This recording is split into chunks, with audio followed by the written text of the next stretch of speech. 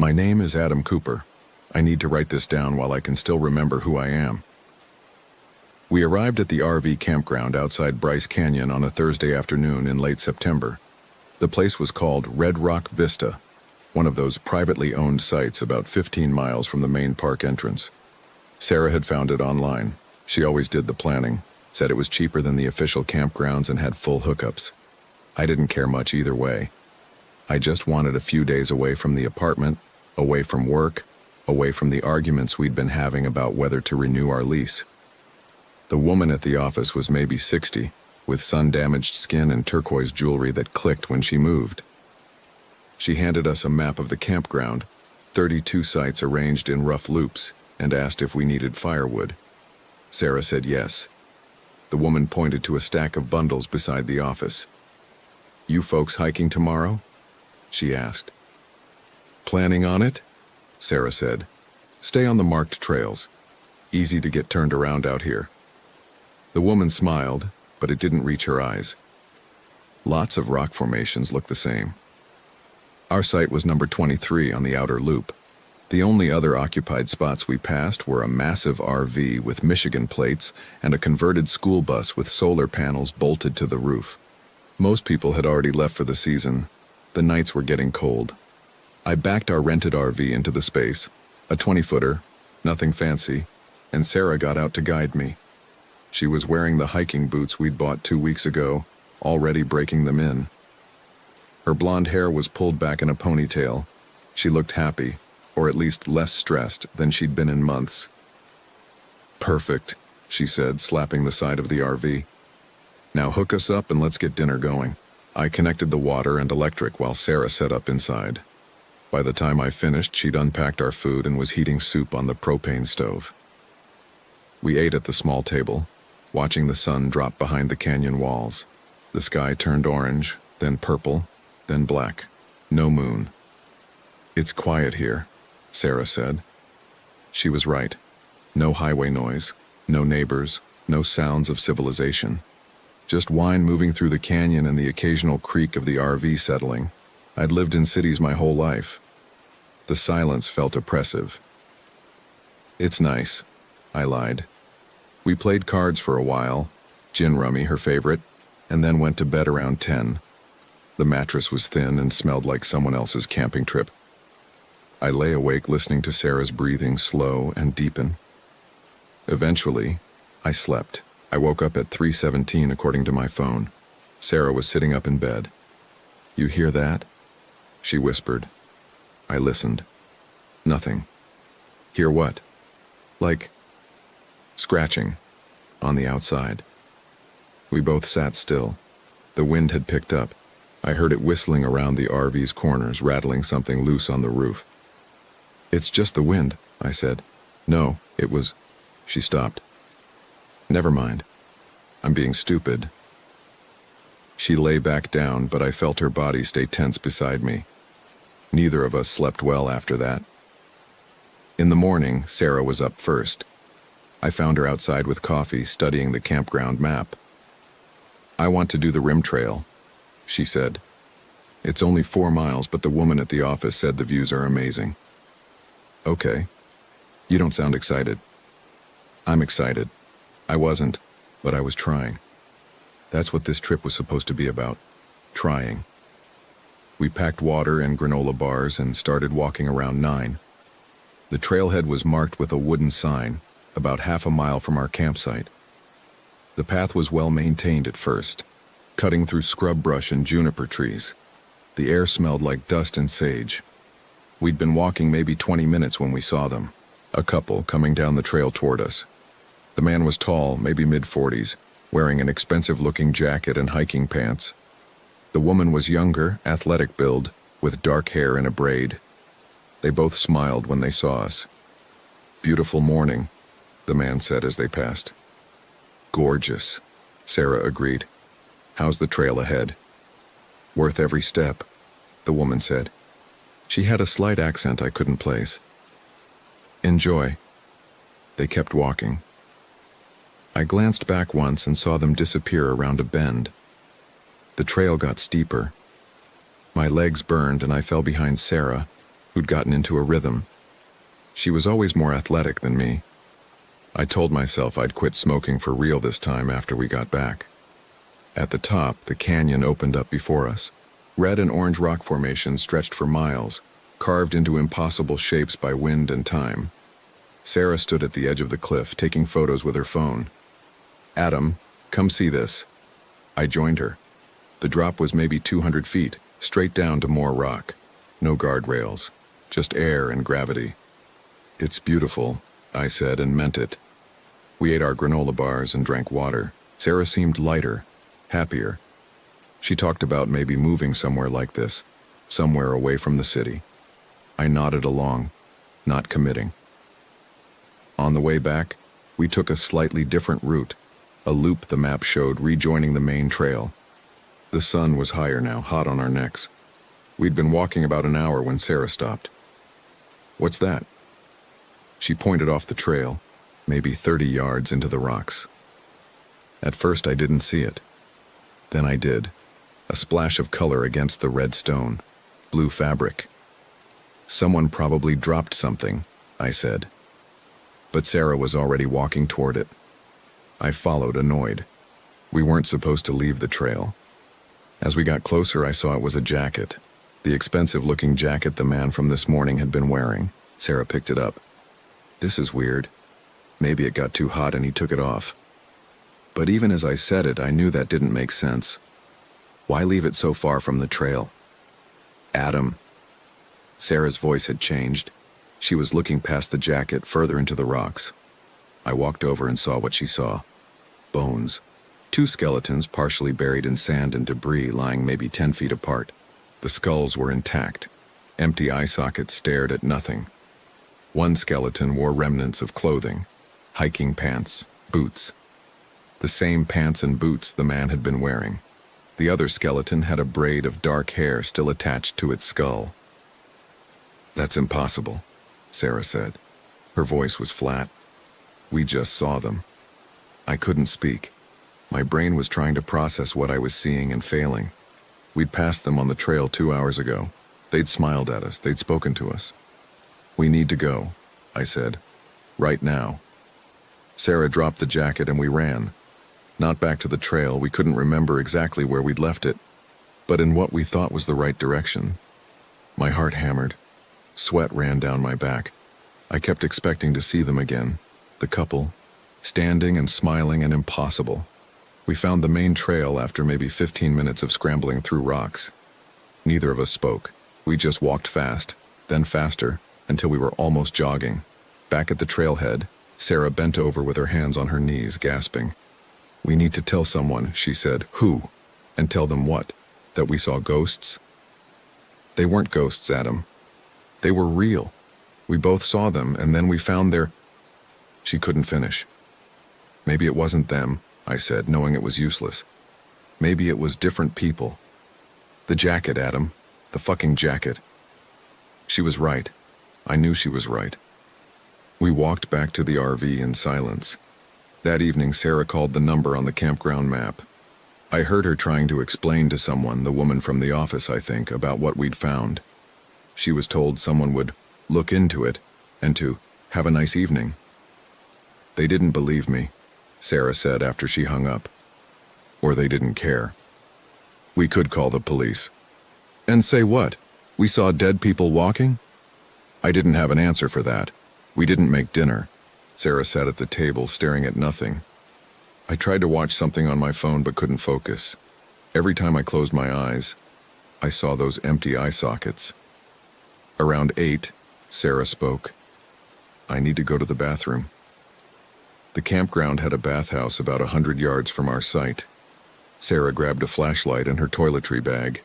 I listened to her footsteps crunch on gravel, getting quieter.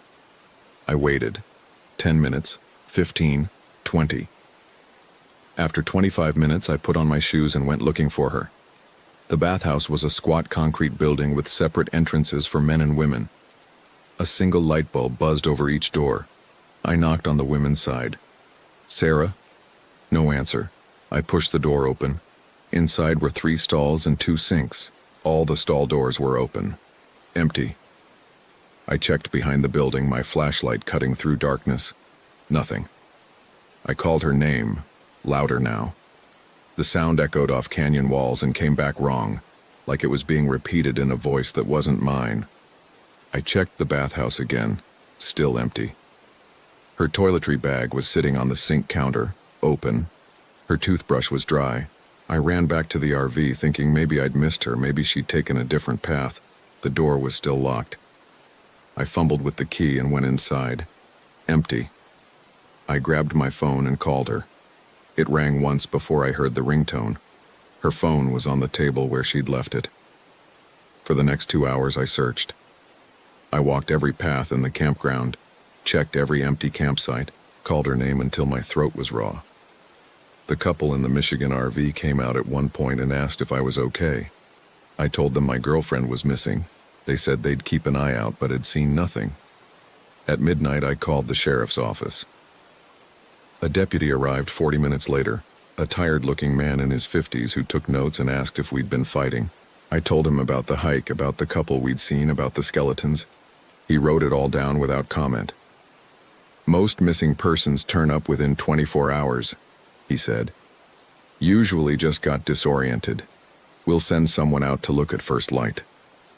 What am I supposed to do until then? Stay where you are. She might come back on her own. After he left, I sat in the RV with all the lights on, listening, waiting. At 3:17, I noticed the time. I heard footsteps outside. I threw open the door. Sarah was standing there in the same clothes she'd been wearing, holding her flashlight. She smiled.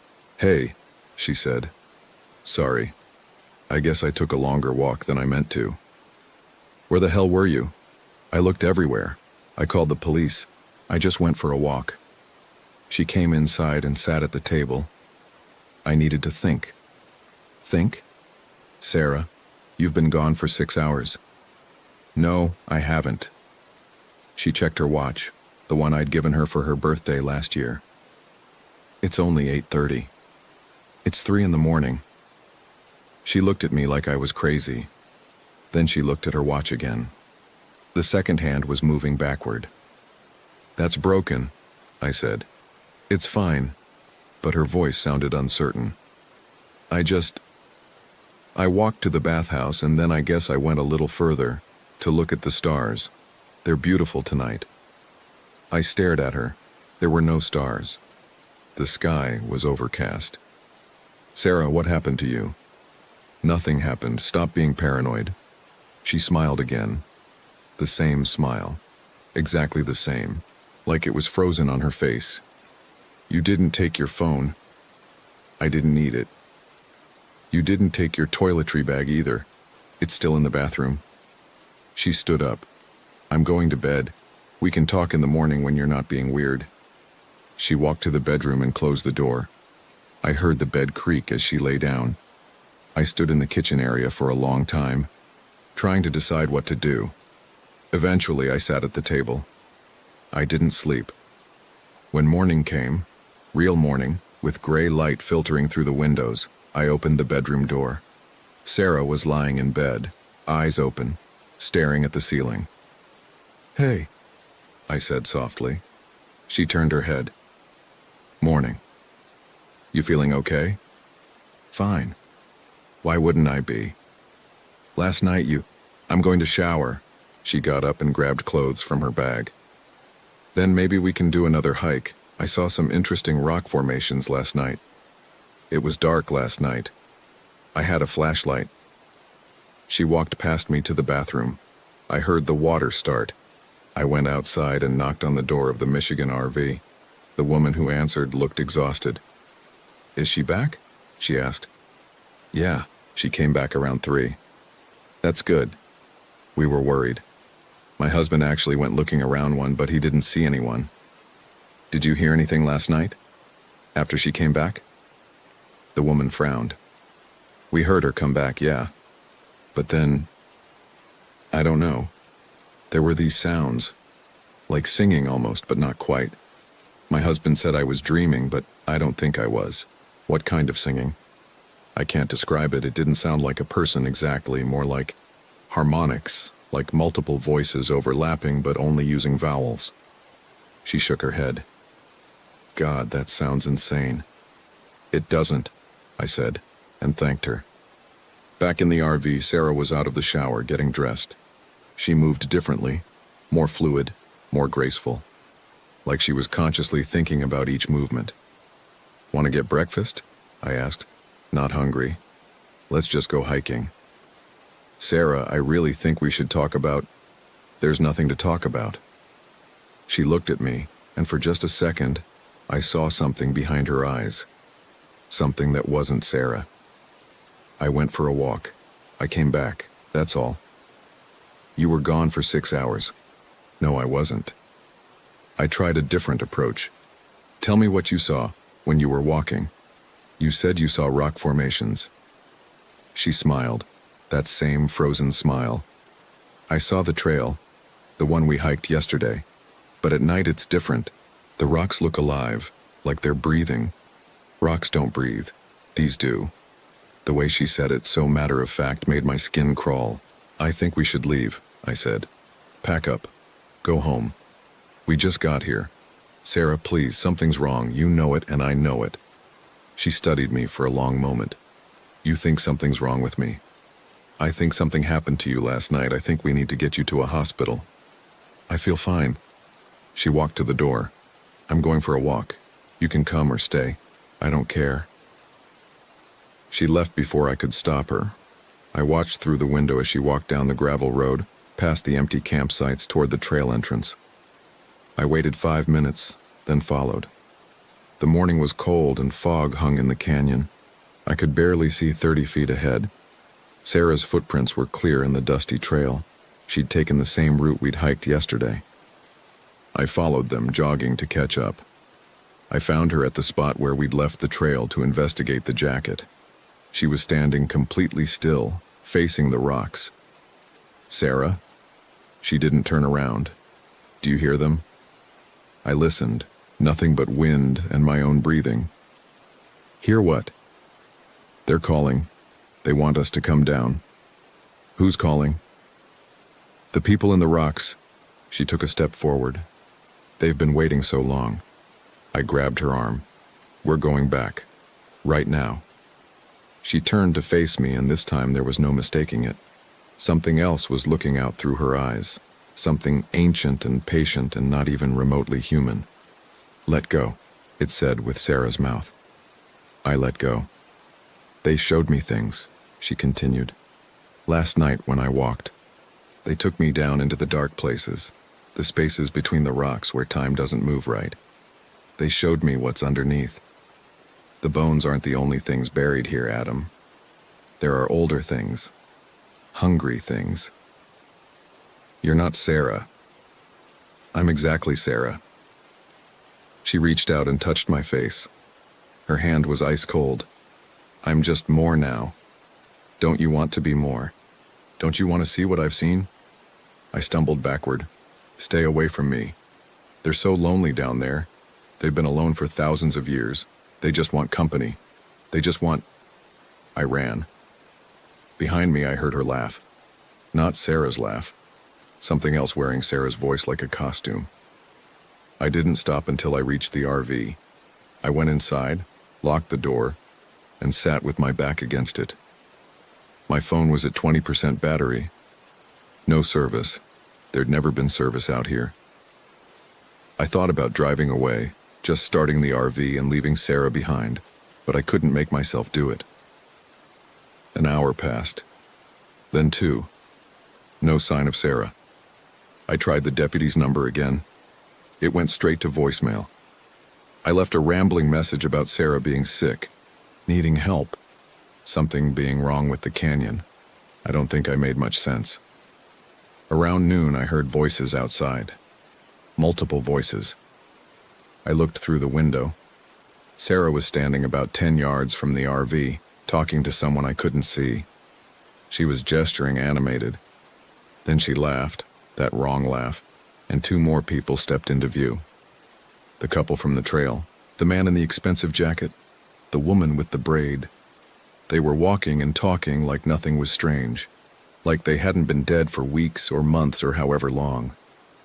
Sarah said something and all three of them turned to look at the RV, looked directly at me. The man waved. I ducked below the window and crawled to the bedroom, my heart trying to punch through my ribs. I heard footsteps on the gravel getting closer, multiple sets of feet. Then quiet, a knock on the door. Adam, Sarah's voice, normal, concerned. Adam, honey, are you okay? There are some people here who want to meet you. They're very nice. They're going to help us. I didn't answer. Another knock. Adam, please. I know you're scared. I was scared too at first, but it's wonderful down there. You'll understand once you see it. The spaces between the rocks where the old ones sleep. They're not scary. They're beautiful. The door handle turned. Locked. Adam. The voice was getting colder, losing its pretense of humanity. Open the door. We're getting hungry and you're being rude. Silence. Then, fine. We'll wait. We're very patient. We've waited this long. I heard them walk away, but I didn't trust it. I stayed in the bedroom watching through the small window. I couldn't see them, but I knew they were out there. Hours passed. The sun moved across the sky. My phone died. I found our emergency battery pack and plugged the phone in, waiting for it to charge enough to turn on. At dusk, I heard singing. The woman from the Michigan RV was right. It wasn't quite singing. It was vowel sounds, overlapping, creating harmonics that shouldn't be possible with human voices. The sound made my teeth ache and my vision swim. It was coming from multiple directions, surrounding the RV. I looked out the window. I could see shapes moving in the growing darkness. Maybe 4 of them now. Maybe more. They were holding hands, walking in a circle around the RV, their mouths open, that impossible sound pouring out. One of them was Sarah. My phone finally powered on, still no service. I opened the voice memo app and started recording. My name is Adam Cooper. Today is September 26th. I'm at Red Rock Vista Campground outside Bryce Canyon. My girlfriend Sarah went missing last night and came back wrong. There are things in the canyon. Old things. They live in the spaces between the rocks. They took Sarah and they want me too. If someone finds this... The singing stopped. The sudden silence was worse than the sound. I heard footsteps on the RV's roof. Light footsteps. Walking back and forth, back and forth. Then scratching. The same scratching Sarah had heard our first night. Fingernails on metal, working their way around the roof seams, testing for weak spots. The lights flickered. I grabbed a flashlight from the emergency supplies and held it like a weapon, which was stupid. What was I going to do, blind them? The scratching stopped. In the silence, I heard a voice, small and distant, but definitely Sarah's. Adam, please, I'm still in here. I'm still me. But they're so strong and I can't hold them off much longer. You need to run. Don't worry about me. Just run. I wanted to believe her. God, I wanted to believe that was really Sarah. I opened the bedroom window. It was too small to climb through, but I could see out. The figures were standing in a line now, facing the RV. In the darkness, I could just make out their shapes. Sarah was in the middle, flanked by the impossible couple. Last chance, Adam, the man said. His voice was reasonable, friendly. Come with us willingly. It's easier that way. Fighting just makes it hurt more. Fuck you, I said. He shrugged. Suit yourself. They started walking toward the RV. I ran to the driver's seat and tried to start the engine. It turned over, died, turned over, died. On the third try, it caught. I threw it in gear and floored the gas pedal, not caring that nothing was disconnected, not caring that I was probably going to tear the utilities right out of the ground. The RV lurched forward. I heard metal screaming as the hookups ripped free. In the rearview mirror, I saw the figures scatter. But Sarah stood still. The RV hit her at maybe 15 miles an hour. I felt the impact and heard her body hit the ground. I kept driving. Out the campground gate onto the access road, the RV fishtailing on gravel. The steering wheel shook in my hands. The headlights caught glimpses of red rock and scrub brush.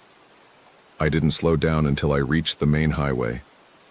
I drove for 3 hours straight, checking the mirror every few seconds, expecting to see them following. But there was nothing, just empty road and darkness. I finally stopped at a gas station outside Cedar City. I sat in the parking lot with the engine running, trying to decide what to do. Call the police? And tell them what? That I'd hit my girlfriend because she'd been possessed? They'd arrest me, lock me up. I walked into the gas station. The clerk was a kid, maybe 19, glued to his phone. He barely looked up when I entered. "You okay, man?" he asked. "You look like you've seen a ghost." "Just tired," I said. "Long drive." I bought water and beef jerky and went back to the RV. My phone had service again. I had 17 missed calls from a number I didn't recognize and 3 voicemails. The first voicemail was the deputy from last night asking me to call him back. The second was the woman from the campground office, saying they'd investigated the location I described and hadn't found any remains. She wondered if I'd gotten confused about where we'd been. The third was Sarah. "Adam," her voice said, small and scared and completely human. "Adam, where are you? I woke up and you're gone and the RV's gone and I don't understand what's happening. There's something wrong. There are these people here and they're looking at me and they won't stop smiling and I'm scared. Please come back, please." The voicemail cut off. I checked the timestamp. 2 hours ago. I sat there in the gas station parking lot, listening to the message again and again. That was Sarah. Real Sarah. Not whatever had been wearing her face earlier. Which meant I'd left her there. Which meant I'd maybe hit the real Sarah with the RV. Or it meant this was another trick. I still don't know. I'm at a motel now, outside Las Vegas. I've been here for 3 days. I keep replaying everything, trying to make sense of it. The couple on the trail, the skeletons, Sarah's disappearance and return, the things she said, the singing, the voicemail. I've called the campground 4 times. Each time the woman says there's been no sign of Sarah. She suggests I contact the sheriff again. I haven't. Last night, I dreamed I was back at the campground. It was dark, and I was walking the trail, following Sarah's footsteps. They led me to the place where we'd left the path, to where we'd found the skeletons. But this time, there were 3 skeletons. The third one was wearing my jacket. When I woke up, my fingernails were full of red dirt. I don't know what that means. I don't know if it means anything. I'm writing this down because I need someone to know what happened. Because if I disappear, if they find me in a few weeks or months, I want there to be a record. My name is Adam Cooper. I went camping with my girlfriend Sarah in late September at Red Rock Vista, near Bryce Canyon. We saw 2 dead people walking on a trail. My girlfriend went missing and came back different. I ran. I keep getting voicemails from her number. Different messages, but always the same basic content. She's scared. She's alone. I need to come back. Yesterday's message was almost convincing. She was crying and she sounded exactly like Sarah when she's genuinely upset. She said she forgave me for leaving her. Said she understood I was scared. Said if I came back we could figure this out together. But at the end of the message, just before she hung up, I heard something. In the background, under her voice. That singing. Those impossible harmonics. So I'm staying here, in this motel, where the lights work and there are other people around and I can see the parking lot from my window, but the dirt is under my fingernails again this morning. I scrubbed my hands raw, but I can still smell it. Red canyon dirt. The smell of ancient stone in deep places. And last night, I'm almost certain of this, I heard footsteps outside my door. Light footsteps, walking back and forth, testing the locks. I looked through the peephole. There was nothing there. But when I went back to bed, I heard it again. Scratching. Fingernails on the door. The same sound Sarah heard our first night. I called the front desk. The clerk said no one was in the hallway. Said maybe it was the ice machine. But I know what I heard.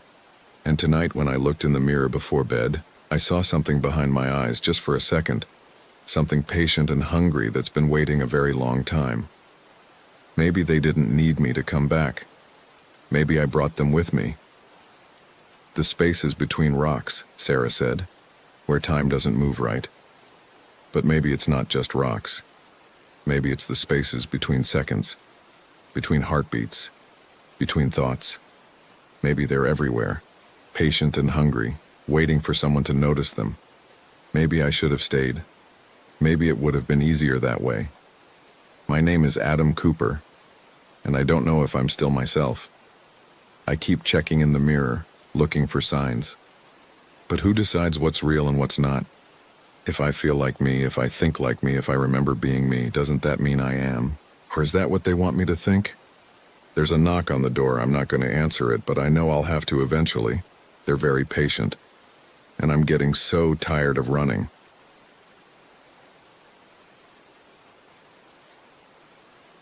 My name is Natalie Ross. The Raven said my name first on the third day, and then it told me what I'd done.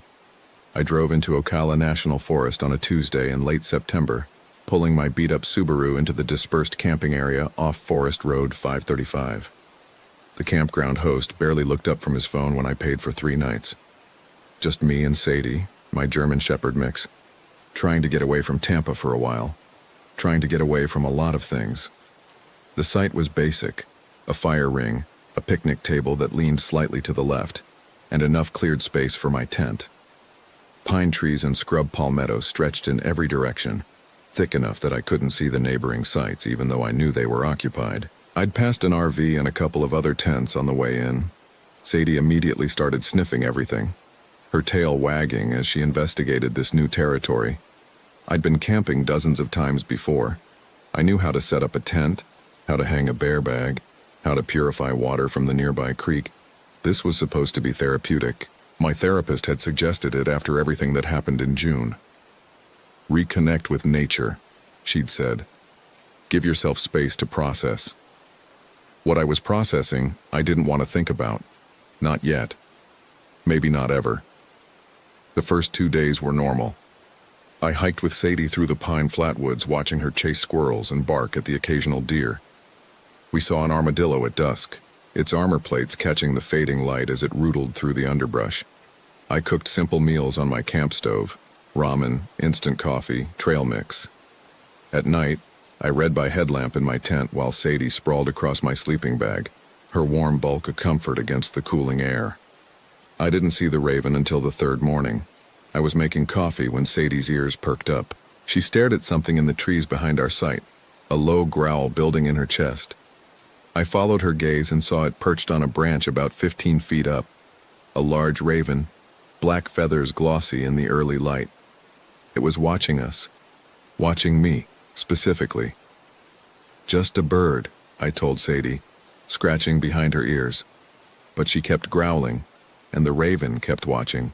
When I took Sadie for her morning walk, the raven followed. I noticed it flitting from tree to tree about 20 yards behind us, always maintaining the same distance. Ravens were smart birds, I knew that. Maybe this one had learned that campers meant potential food. I made a mental note not to leave anything out. We walked for about an hour, following a trail that wound through a stand of longleaf pines. The forest was quiet except for the occasional bird call and the rustle of palm fronds in the breeze. Sadie seemed more relaxed once we were moving, though she kept glancing back over her shoulder. When we returned to camp, the raven was perched on my picnic table. It didn't fly away when we approached. Just sat there, head cocked, watching me with one dark eye. Sadie barked and lunged forward, but I held her leash tight. "Go on, get out of here," I said, waving my arms. The raven hopped once, twice, but didn't take flight. It opened its beak and made a soft croaking sound, almost conversational. Then it flew off into the trees. I tried to shake off the uneasiness. Birds were curious. Ravens especially. There was nothing strange about it, except Sadie wouldn't go near the picnic table for the rest of the day. That afternoon, I decided to drive into the nearby town of Ocklawaha to get more supplies. I'd gone through my coffee faster than expected, and I wanted fresh vegetables if I was going to stay the full 3 days. Sadie loved car rides, so she hopped into the passenger seat with her usual enthusiasm. The drive should have taken about 30 minutes. I'd mapped it on my phone before I'd left Tampa, and the campground host had confirmed the route when I'd asked. But 15 minutes down Forest Road 535, my phone's GPS started glitching. The blue dot representing my car kept jumping around the screen, placing me in different locations, sometimes a mile behind where I actually was, sometimes off the road entirely. The route kept recalculating, the robotic voice telling me to turn around when possible, even though I was going straight. I pulled over and tried to restart the app. No service. I was used to spotty coverage in the forest, but I'd had 2 bars when I'd left camp. Now my phone showed no signal at all. "Well, shit," I said. Sadie panted happily beside me, oblivious to the problem. I kept driving, figuring I'd hit the main highway eventually if I just stayed on the same road. But after another 20 minutes, nothing looked familiar. The forest pressed in on both sides, dense and unchanging. I should have seen signs for the highway by now, or at least some indication of civilization. When I finally saw a small wooden marker on the side of the road, I stopped to read it. Forest Road 535, it said. The same road I'd been on. I checked my odometer. I'd driven 43 miles. The town was only supposed to be 18 miles from the campground. My hands were shaking as I turned the car around. Sadie whined and put her head on my lap, sensing my anxiety. I drove back the way I'd come, watching the trees carefully for any landmark I recognized. The sky was starting to darken. How long had I been driving? It felt like an hour, maybe a little more, but when I checked my watch, it said 4:47 p.m. I'd left camp at 2:30. I should have been back by now. I should have found the town. Something was wrong with my sense of direction, or with the forest itself. When I finally saw my campsite, relief flooded through me. The tent was exactly where I'd left it, my cooler still bungee corded to a tree. Everything was normal, except for the raven, which was perched on top of my tent. Sadie barked before I'd even turned off the engine. The raven didn't move. It sat there like a gargoyle, perfectly still, watching as I got out of the car. "You again," I muttered. The raven's beak opened, and it spoke. "Natalie."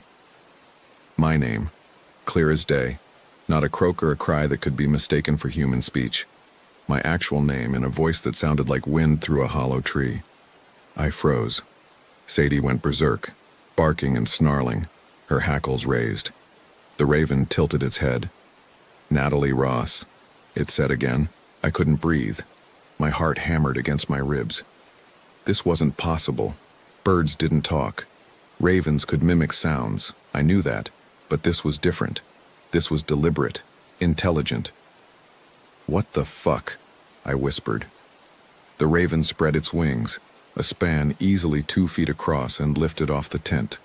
It circled once overhead, then landed in a nearby tree. I stood there shaking, trying to process what I'd just heard. Sadie was still barking. I got her inside the car and locked the doors, then sat there in the driver's seat trying to decide what to do. Drive back to Tampa? Pack up and leave right now? Call someone? No service.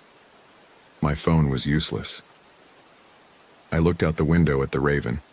It was still there, watching, waiting. "You're losing it," I said aloud.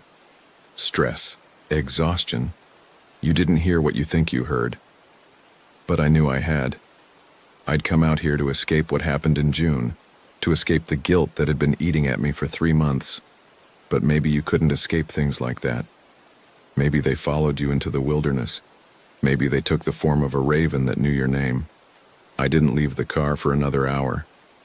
The sun set, painting the forest in shades of orange and red. Sadie calmed down eventually, curling up on the passenger seat with her nose tucked under her tail. I sat there watching the shadows lengthen, watching the raven watch me. When it was almost full dark, the bird finally flew away. I grabbed a flashlight and my pepper spray and got out of the car. The forest was alive with evening sounds, crickets, frogs, the distant hoot of an owl, normal sounds, comforting sounds. I set about making dinner, boiling water on my camp stove and adding it to a freeze-dried meal packet. Sadie ate her kibble without enthusiasm, still nervous. I couldn't shake the feeling of being watched. At 9:30 I crawled into my tent with Sadie. I didn't bother reading. I just lay there in my sleeping bag, listening to the forest and trying to convince myself that I'd imagined the whole thing. Stress-induced auditory hallucination. That was a thing, right? People under extreme emotional duress could hear voices. I'd been under duress ever since June. I must have fallen asleep eventually because I woke up to Sadie's growling. My watch said 3:06 a.m. The tent was pitch black, but outside I could hear something moving through the underbrush. Footsteps. Heavy, deliberate footsteps circling the tent. "Who's there?" I called out, my voice cracking. The footsteps stopped. I fumbled for my flashlight and unzipped the tent fly just enough to shine the beam outside. Nothing. Just trees and palmetto scrub and the dying embers of my campfire. But I could feel something out there. Watching. Sadie pressed against my side, whimpering. I zipped the tent back up and held her close, my heart racing. We stayed like that until dawn, neither of us sleeping. When the sun finally came up, I got out and checked the perimeter of the campsite. There were tracks in the soft dirt near the fire ring, bird tracks, three-toed and distinctive, raven tracks, but they were huge. Each print was the size of my hand. I packed up camp that morning with shaking hands. This was over. I was leaving. Whatever was happening here, hallucinations, pranks, genuine supernatural shit, I wanted no part of it. I loaded my gear into the car, collapsed the tent, secured everything. Sadie jumped in willingly, eager to leave. I started the engine and put the car in gear.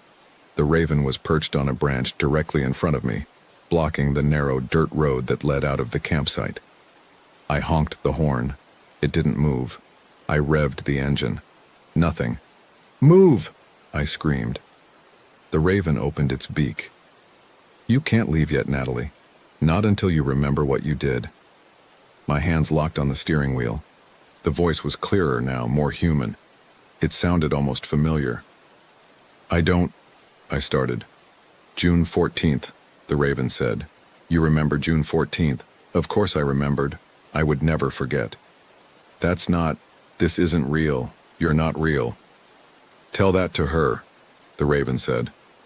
And then it flew away, disappearing into the trees. I sat there for a long time, crying, Sadie licking my face and whining. Eventually I put the car in park and turned off the engine. There was no point running. The forest wouldn't let me leave. Or maybe I wouldn't let myself leave. I got out and started unpacking. The next 2 days blurred together. I stayed close to camp, venturing out only to gather firewood and water. The raven appeared periodically, always at a distance, always watching. It didn't speak again, but I could feel its presence like a weight on my chest. Sadie changed during those days. At first it was subtle. She was quieter, less playful. She stopped bringing me sticks to throw and started spending hours just staring into the forest. Her appetite decreased. When I called her name, she'd turn to look at me like she wasn't quite sure who I was. On the 5th day, she disappeared. I woke up that morning and she was gone. The tent was still zipped shut from the inside. I'd checked it twice before falling asleep. But somehow she'd gotten out without waking me. I spent the entire day searching, calling her name until my voice was raw. I walked every trail within a mile radius of the campsite. I asked the other campers if they'd seen her. A few people remained in the dispersed camping area, though they seemed oddly evasive when I approached them. They shook their heads and went back to their own business. By nightfall, I was frantic. Sadie had never run off before. She was a good dog, well-trained, loyal. Something had happened to her. The raven appeared as the sun set, landing on the picnic table. "Where is she?" I demanded. "What did you do?" "I didn't do anything," the raven said calmly. "The forest takes what it's owed. She's just a dog. She didn't do anything wrong. But you did." I picked up a stick and threw it at the bird. It hopped aside easily, regarding me with something that might have been pity. "June 14th, it said again. "The bridge, the phone call, you remember." "Stop it. You remember what you said to her?" "Shut up. You told her you wished she was dead. I collapsed onto the ground, my chest heaving. Yes, I remembered. My sister Sarah, calling me in the middle of one of our fights. We'd been fighting for years about everything: money, our mother's care, old childhood grievances. That day she'd called about something trivial. I couldn't even remember what. And I'd been drinking and I'd said it. I wish you were dead. I wish I'd never had a sister. 2 hours later, she'd driven her car off the bridge over the Hillsborough River. The police ruled it a suicide. They found her note rambling and incoherent, blaming herself for everything. But it had been my words that pushed her over the edge.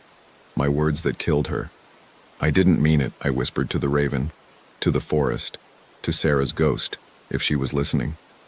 But you said it, the raven replied, and words have power, especially the ones we mean in the moment, even if we regret them later.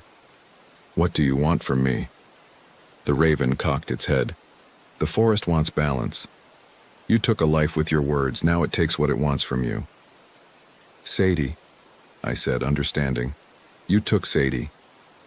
She'll come back, the raven said. But she won't be the same. Nothing that enters the deep woods comes back the same. It flew away before I could respond. I didn't sleep that night. I sat by the fire, feeding it wood, watching the flames and waiting. At some point, the darkness became absolute. The moon had set and clouds obscured the stars. The only light came from my fire and the weak beam of my flashlight. At 3:06 a.m. exactly, I'd been checking my watch obsessively. I heard movement in the trees. Sadie walked into the firelight. But it wasn't Sadie. Not really. She looked like my dog. Same brown and black coat, same white blaze on her chest, same collar with the name tag. But the way she moved was wrong. Too smooth, too deliberate. Dogs bounded and loped. This thing walked like it was imitating the memory of walking. And her eyes. In the firelight, they reflected back nothing. Just empty black voids. Sadie? I said. She sat down across from me, on the other side of the fire. She didn't pant or wag her tail or show any sign of recognition. She just stared at me with those empty eyes. You're not my dog, I said. The thing that looked like Sadie tilted its head, a gesture I'd seen 1,000 times before, but now it looked wrong, mocking. Does it matter? It spoke with the raven's voice. She's back. Isn't that what you wanted? I started crying. I couldn't help it. This was a nightmare, some kind of punishment designed specifically for me. Take my dog, give her back wrong, make me live with the consequences of wanting things I shouldn't have. I'm sorry, I said. I'm sorry for what I said to Sarah. I'm sorry I wasn't a better sister. I'm sorry for everything. Apologies don't resurrect the dead, the Sadie thing said. But they're a start. We sat there in silence for a long time. The fire burned low. The forest pressed in from all sides, watching, judging. When dawn finally came, the thing that looked like Sadie got up and walked into my tent. I heard it circling once, twice, then settling down on my sleeping bag. The raven appeared in the tree above me. You can leave now, it said. The debt is paid. What about her? I gestured to the tent. What about Sadie? She goes with you. She's yours now, changed, but yours. I can't take that thing home. It's not my dog. The raven spread its wings. You don't have a choice, Natalie. This is the price. You carry your guilt, and you carry what the forest has given you in exchange. Maybe in time you'll learn to see her as she is. Maybe you won't. Either way, she's yours. Will she hurt me? She'll protect you, the raven said, from everything except yourself. And then it flew away, disappearing into the dawn sky. I never saw it again. I packed up camp slowly, methodically. The thing that looked like Sadie watched from the tent entrance, those empty eyes following my every movement. When I opened the car door, it jumped in without hesitation and curled up on the passenger seat exactly the way Sadie always had. I drove out of Ocala National Forest without looking back. My GPS worked perfectly. The route was clear. 45 minutes later, I was on I-75 heading toward Tampa. The thing beside me didn't move the entire drive. That was 2 months ago. I still have her. Have they like? She sleeps on my bed at night, walks with me in the morning, eats the food I put down. To anyone else, she looks and acts like a normal dog. But I know better. I see the way she watches me when she thinks I'm not looking. I hear her moving through the house at 3:06 a.m. every night, pacing the hallways with that too smooth gait. Sometimes I catch her sitting in front of mirrors, staring at her own reflection with those empty eyes. Sometimes I hear her whispering, actual words in a voice that sounds like my sister's. My therapist says I'm making progress. She says the camping trip helped me process my grief over Sarah's death. She says getting Sadie back was a blessing, proof that things can work out despite our fears. I don't correct her. How could I explain what happened in that forest? How could I explain that I brought something back with me, something that wears my dog's skin and watches me with ancient, knowing eyes? Last week, the thing that looks like Sadie brought me something. I was sitting on the couch reading when she trotted over and dropped it at my feet. A black feather. Glossy and perfect. Unmistakably from a raven. She sat down and cocked her head, and for just a moment I could swear she smiled. "Good girl," I whispered, because what else could I say? She wagged her tail once, twice. Then she picked up the feather and carried it to her bed, where she curled up with it tucked under her chin like a prize. I think about going back to Ocala National Forest sometimes. I think about finding that campsite again and demanding answers. What did the forest take from Sadie? What did it put in her place? Will she ever be my dog again, or is this all I get?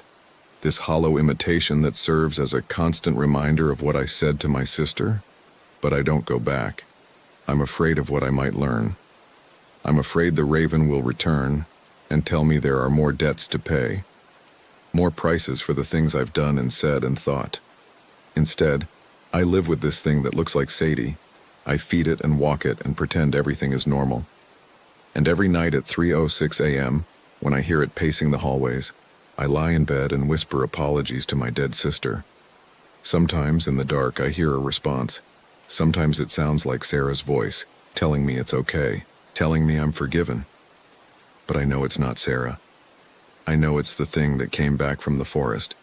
The thing that wears my dog's shape and speaks with my sister's voice. The thing that watches me with eyes like empty wells, waiting. I don't know what it's waiting for. I don't know if I'll ever know. But I carry it with me. This burden.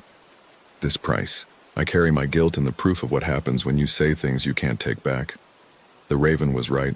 Words have power. Especially the ones we mean in the moment, even if we regret them later. My name is Natalie Ross.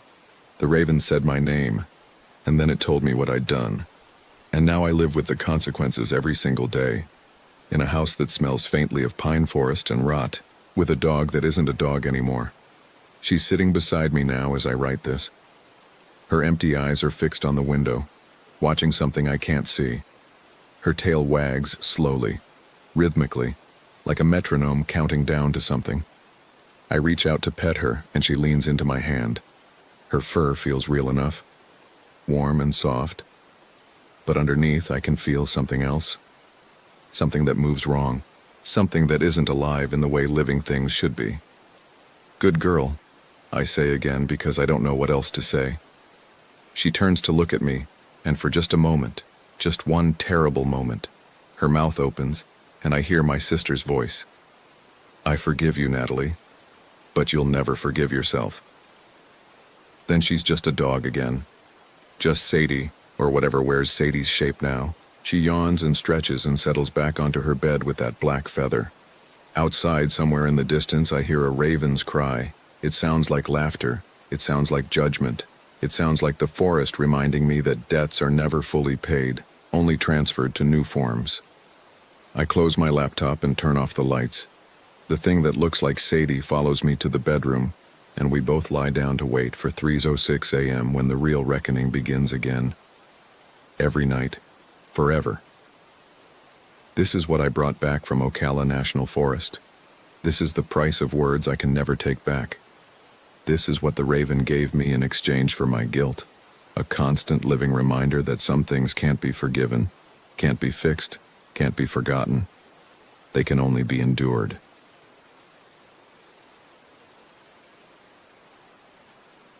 My name is Nathan Hill. This happened in September 2023 at an RV site in Fish Lake National Forest, Utah. I'm writing this down because I need someone to know what happened, and because the police report doesn't tell the real story. They can't explain what we found or what we became or why 4 of us went in and only 3 came out, and why those 3 aren't the same people anymore. We were co-workers at a tech startup in Denver. The retreat was Marcus's idea. He'd been pushing for months about team bonding and getting out of the city. Our manager finally approved it. 5 days, 1 RV, middle of nowhere. Marcus found the spot online, some discount camping site in Utah that had good reviews and full hookups. The photos looked nice. Trees, space between sites, mountains in the distance. There were 5 of us. Marcus drove. He owned the RV, a 32-foot Winnebago his parents had given him. Sarah rode shotgun, constantly checking her phone even though we lost service 2 hours in. David and Lisa sat at the dinette, playing cards. I took the couch in back and tried to read. We left Denver at 6 a.m. on a Tuesday. Marcus said the drive would take 7 hours. It took 9. We got lost twice. The GPS kept rerouting us through towns that didn't match the map. Small places with 1 gas station and empty streets. Sarah said her phone GPS showed different routes than the RV's navigation system. We argued about which one to follow. Eventually, we just kept driving west. The forest appeared gradually. First scattered pines, then thicker coverage, then we were surrounded. The road narrowed. No other cars. The RV's navigation announced we'd arrived, but there was no entrance sign, just a gap in the trees with a dirt road. Marcus turned in. The RV site was exactly 7 spaces arranged in a horseshoe around a central fire pit. All the spots were empty, except 1. A 5th-wheel trailer sat in spot number 4, dark green with white trim, license plate from Utah. Somebody's clothesline was strung between trees. A Weber grill sat outside. Kids' bikes leaned against the trailer. Marcus parked us in spot number 1, the farthest from the occupied trailer. He shut off the engine. The silence felt wrong. No birds, no wind, just quiet. "Well," David said, "this is remote." We got out and stretched. The air smelled like pine and something else, something I couldn't identify. Sweet but rotten underneath. Lisa pointed it out too. She walked around sniffing, trying to locate the source. Sarah said it was probably a dead animal somewhere in the woods. That happens. The RV site had a single bathroom facility. Cinder block building, 2 stalls, 1 shower. There was a water spigot near each spot and electrical hookups. Marcus started connecting everything. David and I unfolded the awning. Sarah and Lisa went to check out the bathroom. They came back 3 minutes later. "There's someone in there," Sarah said. "Occupied?" I asked. "No, I mean there's someone just standing in there, a woman. She was in the shower stall with the curtain open, just standing there in regular clothes. Didn't say anything when we walked in, just stared." Lisa nodded. She smiled at us, didn't blink. Marcus laughed. "Probably from that trailer. Maybe she's waiting for the water to heat up or something." But Sarah shook her head. The water wasn't running and she was wearing jeans and a cardigan. Who stands in a shower fully clothed? We brushed it off. Weird, but not threatening. People do strange things. Maybe she had some condition. Maybe she was high.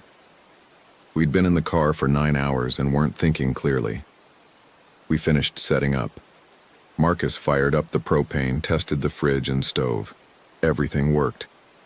David suggested we go for a walk before dinner to stretch our legs. Good idea. We locked the RV and headed toward what looked like a trail at the back of the camping area. The trail was well maintained but unmarked. It curved through aspens, their white bark almost glowing in the late afternoon light. Lisa walked ahead of us, taking photos. She was into nature photography, kept stopping to frame shots of trees and shadows. We walked maybe 15 minutes. The trail looped around and started heading back toward camp. That's when we saw them. A family stood on the trail ahead. 2 adults, 3 children. They were smiling.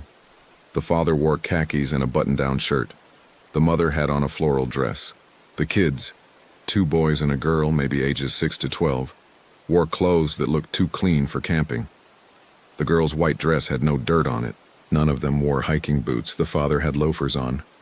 "Hello," the father said. His smile didn't change. "You made it." Marcus stopped walking. "Sorry. We've been expecting you," the mother said. She had the same smile. So did the kids, all 5 of them identical smiles. "We're so glad you're finally here." Sarah laughed, uncomfortable. "I think you have us confused with someone else." "No," the father said. His smile widened. "We've been waiting for Nathan, Marcus, Sarah, David, and Lisa. You're right on time." Nobody spoke for a moment. The forest was still completely silent. "How do you know our names?" I asked. "We know lots of things," the girl said. Her voice was too high, like she was performing in a school play. "We know you drove from Denver. We know Marcus owns the RV. We know Sarah's afraid of heights. We know David broke his collarbone when he was 9. We know Lisa can't swim. We know Nathan—" "Okay," Marcus interrupted. "That's enough. This isn't funny. How do you actually know this stuff?" The father's smile never changed. "We've been preparing, getting everything ready. The site is perfect now, you'll see." "I think we're going to head back," Sarah said. She was already backing away. "Nice meeting you." We turned around and walked quickly. Nobody ran, but we moved fast. I looked back once. The family hadn't moved. They were still standing there, still smiling, watching us go. When we got back to the RV, I immediately noticed something. Our site looked different. Things had been moved. The chairs we'd set up were arranged in a circle now instead of facing the fire pit. Our cooler had been opened.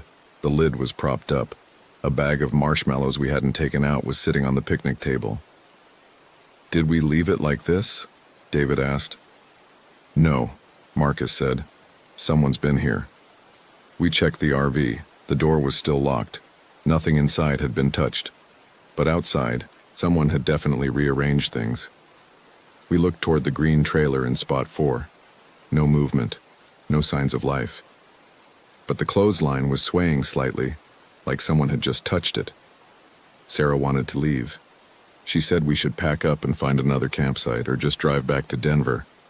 But it was almost 6 p.m. and we'd been driving all day. Marcus said we'd be fine, that the family was probably just locals who were odd but harmless. David agreed. Lisa was quiet, staring at the woods. We made dinner, hot dogs and beans, simple camping food. We ate at the picnic table, all of us scanning the trees. The silence continued. No birds, no insects. Just wind through the branches, and even that sounded wrong. Too constant, too rhythmic. After dinner, we started a fire. The wood we'd brought wouldn't light properly. Marcus tried 3 times with different kindling arrangements. The flames would catch and then immediately die. Finally, on the 4th try, it stayed lit. But the fire burned blue around the edges. Marcus said it was probably something in the wood, minerals or chemicals. David said he'd never seen that before. We sat around the fire and tried to relax, tried to have the bonding experience we'd come for. David told jokes. Sarah talked about a project at work. Lisa stayed quiet, staring at the flames. I noticed she hadn't eaten much at dinner. Around 8 p.m., Lisa stood up. "I'm going to the bathroom." "Want someone to come with?" Sarah asked. "I'm fine." Lisa grabbed her flashlight and walked toward the cinder block building. We watched her go. The door opened and closed. We went back to talking. 15 minutes passed. Lisa didn't come back. Sarah looked at her watch. "That's kinda long." "Maybe she's sick," David said. "Road trip stomach." We waited. 20 minutes. 25. Marcus stood up. "I'll go check on her." He came back 2 minutes later, walking fast. "She's not there. Bathroom's empty." We all stood up. I grabbed my flashlight. The 5 of us spread out and checked the bathroom building, both stalls, the shower. No Lisa. We walked around the camping area, calling her name. No response. We checked the RV, thinking maybe she'd come back and we'd missed her. Nothing. Marcus wanted to check the trail we'd hiked earlier. Sarah said we should call for help, but nobody had cell service. The RV site had a posted number for the ranger station, but when Marcus tried it on the campground's courtesy phone at the bathroom, it just rang. We got flashlights and walked the trail. It was dark now, really dark. Our flashlight beams seemed weak, like they couldn't penetrate properly. We called Lisa's name. The forest absorbed our voices. No echo. Nothing. We found her about 30 minutes later. She was standing on the trail in the exact spot where we'd met the family, just standing there, facing away from us, not moving. Lisa. Sarah ran toward her. We all did. Lisa turned around slowly. She was smiling, the same smile the family had. Exact same expression, like someone had painted it on. "Hey guys," she said. Her voice sounded normal but flat. "I was just walking." "We've been looking everywhere for you," Marcus said. "Why didn't you answer when we called?" "I didn't hear you." She was still smiling. "Can we go back now?" "I'm tired." We walked back together. Lisa didn't say anything else. Her smile didn't change. When we asked her where she'd been, she said she'd gone for a walk and lost track of time. When we asked if she'd seen the family again, she said no. When Sarah asked if she felt okay, she said yes. She felt perfect. Back at camp, Lisa went straight into the RV and climbed into her bunk. She didn't change clothes or brush her teeth, just got in bed, pulled the blanket up, and closed her eyes, still smiling. The rest of us stayed outside, talking in low voices. Something was wrong. We all felt it. Sarah wanted to leave immediately, drive out in the dark. Marcus said the road was too dangerous at night, unmarked and narrow. We'd wait until morning, pack up early and go. Everyone agreed. We took turns keeping watch. 2 people awake at any time. Marcus and I took first shift, midnight to 2 a.m. David and Sarah would take 2 to 4. We'd wake Lisa for the last shift, 4 to 6. Then we'd leave. Nothing happened during my shift. Marcus and I sat by the fire, which had stayed lit but kept burning blue, and watched the RV and the tree line. We saw nothing, heard nothing. When 2 a.m. came, we woke David and Sarah, and I went to bed. I didn't sleep well.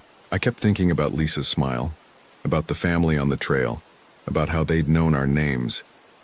Around 3 a.m. I heard voices outside. Quiet conversation. David and Sarah talking.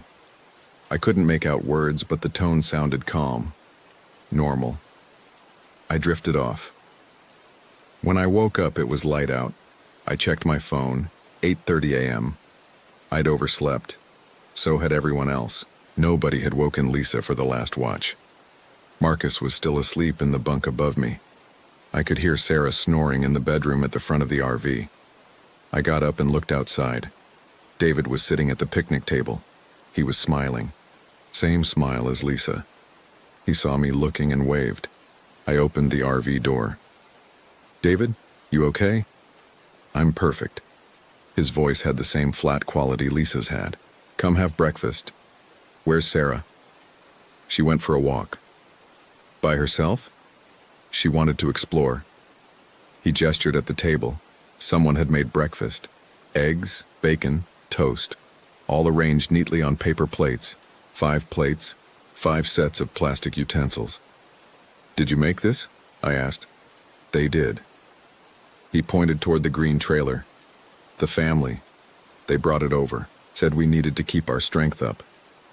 I felt my stomach drop. "We're not eating that." "Why not? It's good. I already had mine." He smiled wider. "You should try it." I went back into the RV and woke Marcus, explained what was outside. He got up quickly, looked through the window, swore. We woke Lisa, who smiled at us and said good morning in that same flat voice. "Where's Sarah?" Marcus demanded. "Walking," Lisa said. "She went to explore." We searched. Sarah wasn't in the bathroom building, wasn't on the trail. We called her name for 20 minutes. When we came back to camp, she was sitting at the picnic table with David and Lisa, all three of them smiling, all three eating the breakfast. "Sarah," I said carefully, "where were you?" "Just walking." She smiled at me. "I'm fine. Have some breakfast." Marcus and I refused. We stayed in the RV while the three of them ate outside. Through the window, we watched them. They ate slowly, methodically. When they finished, they stacked the plates neatly and sat with their hands folded, waiting. "We need to leave now," Marcus said. He went to start the RV. The engine turned over but wouldn't catch. He tried again. Nothing. He checked the battery, full charge. Gas tank, 3/4 full. He tried again. The engine made a grinding noise but wouldn't start. I went outside to help. David, Sarah, and Lisa were still sitting at the table, still smiling, watching us. I tried to ignore them. Marcus got under the hood. We checked connections, looked at belts and hoses. Everything seemed fine, but the RV wouldn't start. "We'll have to walk out," Marcus said quietly. "Get to a road and flag someone down." "What about them?" I looked at our 3 co-workers. "We take them with us. They're coming whether they want to or not." We packed light bags with water and snacks. Told David, Sarah, and Lisa we were hiking out to get help with the RV. They stood up without argument and followed us. We started walking the dirt road we'd driven in on. We made it maybe 200 yards before we were back at the camping area. The same horseshoe of sites. Our RV in spot 1, the green trailer in spot 4. We'd walked in a straight line, no turns, but somehow we'd looped back. Marcus swore. "That's not possible." We tried again, same result. Walked straight, ended up back at camp. Third time, same thing. Fourth time, we tried going through the woods instead of following the road. Dense trees, no trail, just pushing through underbrush. We used a compass Marcus had in his bag. Walked due east for 30 minutes. Came out at the camping area again. Sarah, David, and Lisa waited at the picnic table each time we returned. Smiling. Patient. "What is this?" I asked them. "What's happening?" "We're home now," Lisa said. "All of us, together." "This isn't our home," Marcus said. "It is now," David said. "The family prepared it. They've been waiting so long." I looked at the green trailer. The curtains were drawn. No movement inside, but I knew they were in there, watching, waiting. Marcus and I tried the RV again. Still wouldn't start. We checked our phones. Still no service. We tried the ranger station phone. Still just ringing, no answer. We were trapped.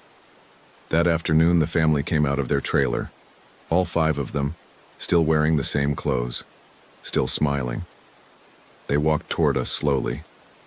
Marcus and I backed toward the RV. David, Sarah, and Lisa stood up from the picnic table and joined the family, forming a line. 8 people now. 8 identical smiles. "We're so happy you're here," the father said. "We've been waiting since the beginning. Since before the beginning, really. We knew you'd come." "What do you want?" Marcus asked. "Want?" The mother laughed. "We don't want anything. We're giving you something. A gift, a purpose. You've been wandering your whole lives, haven't you? Working jobs that don't matter. Living in a city that doesn't care. Going through motions. We're offering meaning." "By trapping us here?" I said. "You're not trapped," the girl said. She took a step forward. Her dress was still perfectly white. "You're home. This is where you were always meant to be. Why do you think you found this place? Why do you think your GPS led you here? Why do you think everything went wrong until you arrived? Because this is where you belong." The 2 boys nodded. They hadn't spoken yet, just smiled and nodded. "We need to leave," Marcus said.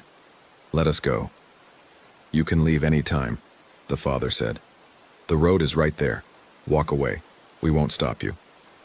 Marcus grabbed my arm. "Come on." We ran to the road, started walking fast, almost jogging. I looked back once. The family, and David, Sarah, Lisa, stood in the camping area watching. Not following, just watching. We walked for an hour. The road stretched ahead, unchanged. Trees on both sides, identical. No landmarks, no variation. We kept walking. Another hour. Then another. The sun didn't move. It stayed in the exact same position in the sky, early afternoon, not changing. Marcus noticed it too. "We're not getting anywhere," he said. We turned around, started walking back. Within 5 minutes, we were at the camping area again. 8 figures at the picnic table, waiting. We tried to sleep that night, took turns again on watch. But I could hear Marcus in his bunk awake, breathing hard. Neither of us slept. When morning came, or what we thought was morning, time was becoming difficult to track. We found something new. Someone had brought more food, fresh fruit, sandwiches, bottled water, all arranged neatly on the picnic table. David, Sarah, and Lisa sat eating breakfast again. They gestured for us to join them. "You need to eat," Sarah said. "You'll feel better." "No," I said. "You can't keep refusing," when David said. "It's been 2 days, you need food." Had it been 2 days, I didn't know anymore. Time felt wrong. My phone's clock kept resetting. Sometimes it showed 2:00 p.m., then 7:00 a.m., then 10:00 p.m., then back to 2:00 p.m. The sequence made no sense. Marcus and I rationed the snacks we'd packed, granola bars and trail mix. We didn't touch the food on the table.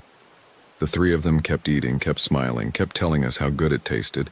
That afternoon, or what felt like afternoon, the children came to visit. The 2 boys and the girl walked over while their parents watched from the trailer. The kids sat at our fire pit and stared at us. We were inside the RV with the door locked, looking out the window. They didn't knock, didn't speak, just sat and stared with those smiles. After an hour, they left, walked back to their trailer and went inside. "This has to end," Marcus said. "We have to do something." "Like what?" "I don't know, but we can't just wait here. We can't let them." He gestured at David, Sarah, and Lisa, who were now sitting on the ground near the green trailer, talking quietly with the parents. "We can't let that happen to us." We decided to try one more escape attempt, this time at night. We'd wait until everyone was asleep, then we'd just start walking. Pick a direction through the forest, not the road. Use the stars for navigation. Keep moving until we found something. We waited until we thought it was midnight.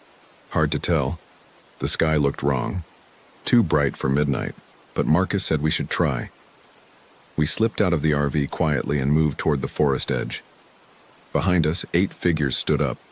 They'd been sitting there in the dark, waiting. All of them. The family and our co-workers. They didn't follow us, just watched. We ran into the trees, crashed through underbrush, branches hitting our faces. I lost my flashlight. Marcus kept his, the beam bouncing wildly. We ran for 20 minutes, 30 until we were exhausted and had to stop. When we stopped, we realized we could hear water. A stream or river. We followed the sound. Found a creek, maybe 20 feet wide. Clear water moving fast. We hadn't seen this on the hike in. New terrain.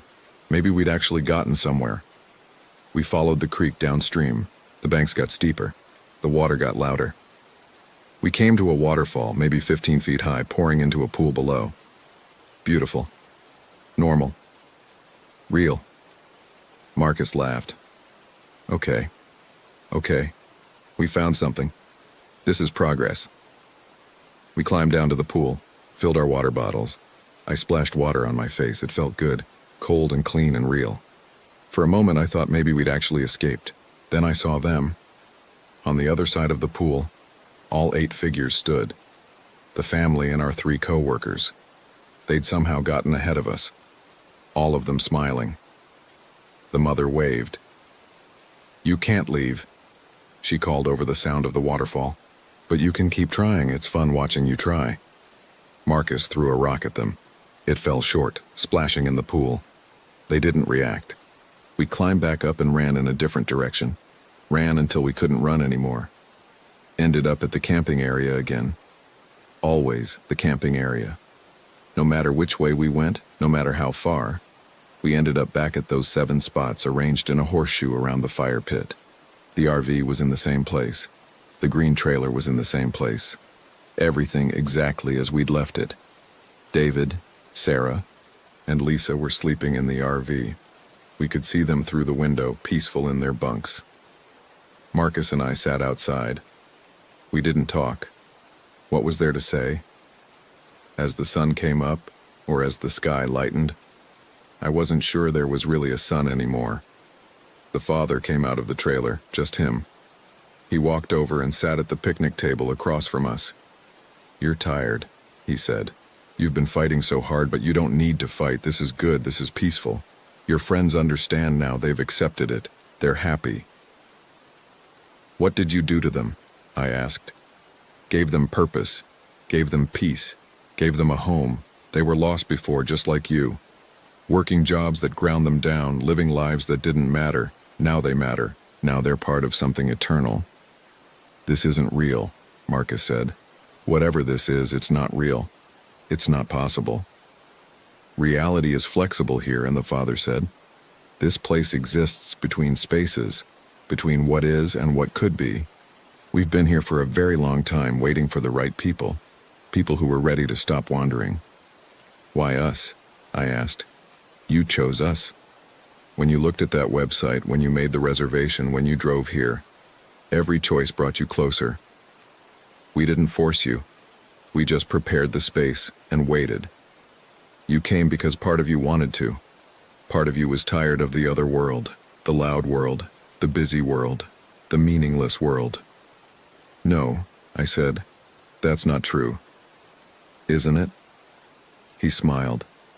"Nathan, tell me, what were you doing with your life? Where were you going?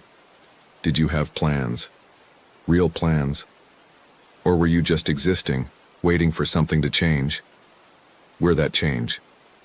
I didn't answer. Couldn't answer. He stood up. "Think about it. Your friends already have. When you're ready, come to the trailer. We'll be waiting. We're always waiting." He walked back to the green trailer and went inside. Marcus and I sat in silence. The sun was fully up now, if it was the sun. The sky looked wrong, too flat, like a painted backdrop. The trees around the camping area didn't move, even though I could hear wind. The whole place felt artificial, staged. "We're going to die here," Marcus said quietly. "No," I said, though I didn't believe it. "They're going to wait until we're too weak to resist. Then they'll do to us whatever they did to the others. We'll end up like them, smiling and empty." I couldn't argue. He was probably right. We rationed our last granola bars. We were desperately thirsty. The water in the RV's tank wouldn't run. The pump made clicking sounds, but nothing came out. There was a water spigot at our site, but I didn't trust it. Didn't trust anything here. By evening, or what felt like evening, we were weak, dehydrated. Marcus was shaking. I felt dizzy. We couldn't go more than another day without water, maybe not even that long. David came out of the RV around what might have been sunset. He walked over to us, still smiling. "You should drink," he said. "There's water right there." He pointed at the spigot. "It's not real," Marcus said. "It's as real as anything else. What does real even mean?" David tilted his head. "You're suffering for no reason. Just drink, just eat. Join us. It's so much easier." "What happened to you?" I asked. "On that trail, when you disappeared, what did they do?" "They showed me," David said. "Showed me what I was missing, what we're all missing in that other world. The constant noise, the constant wanting, the constant fear of not being enough. Here, none of that matters. Here we just are. We exist in perfect stillness, perfect peace." "You're not at peace," Marcus said. "Look at yourself. You're not even you anymore."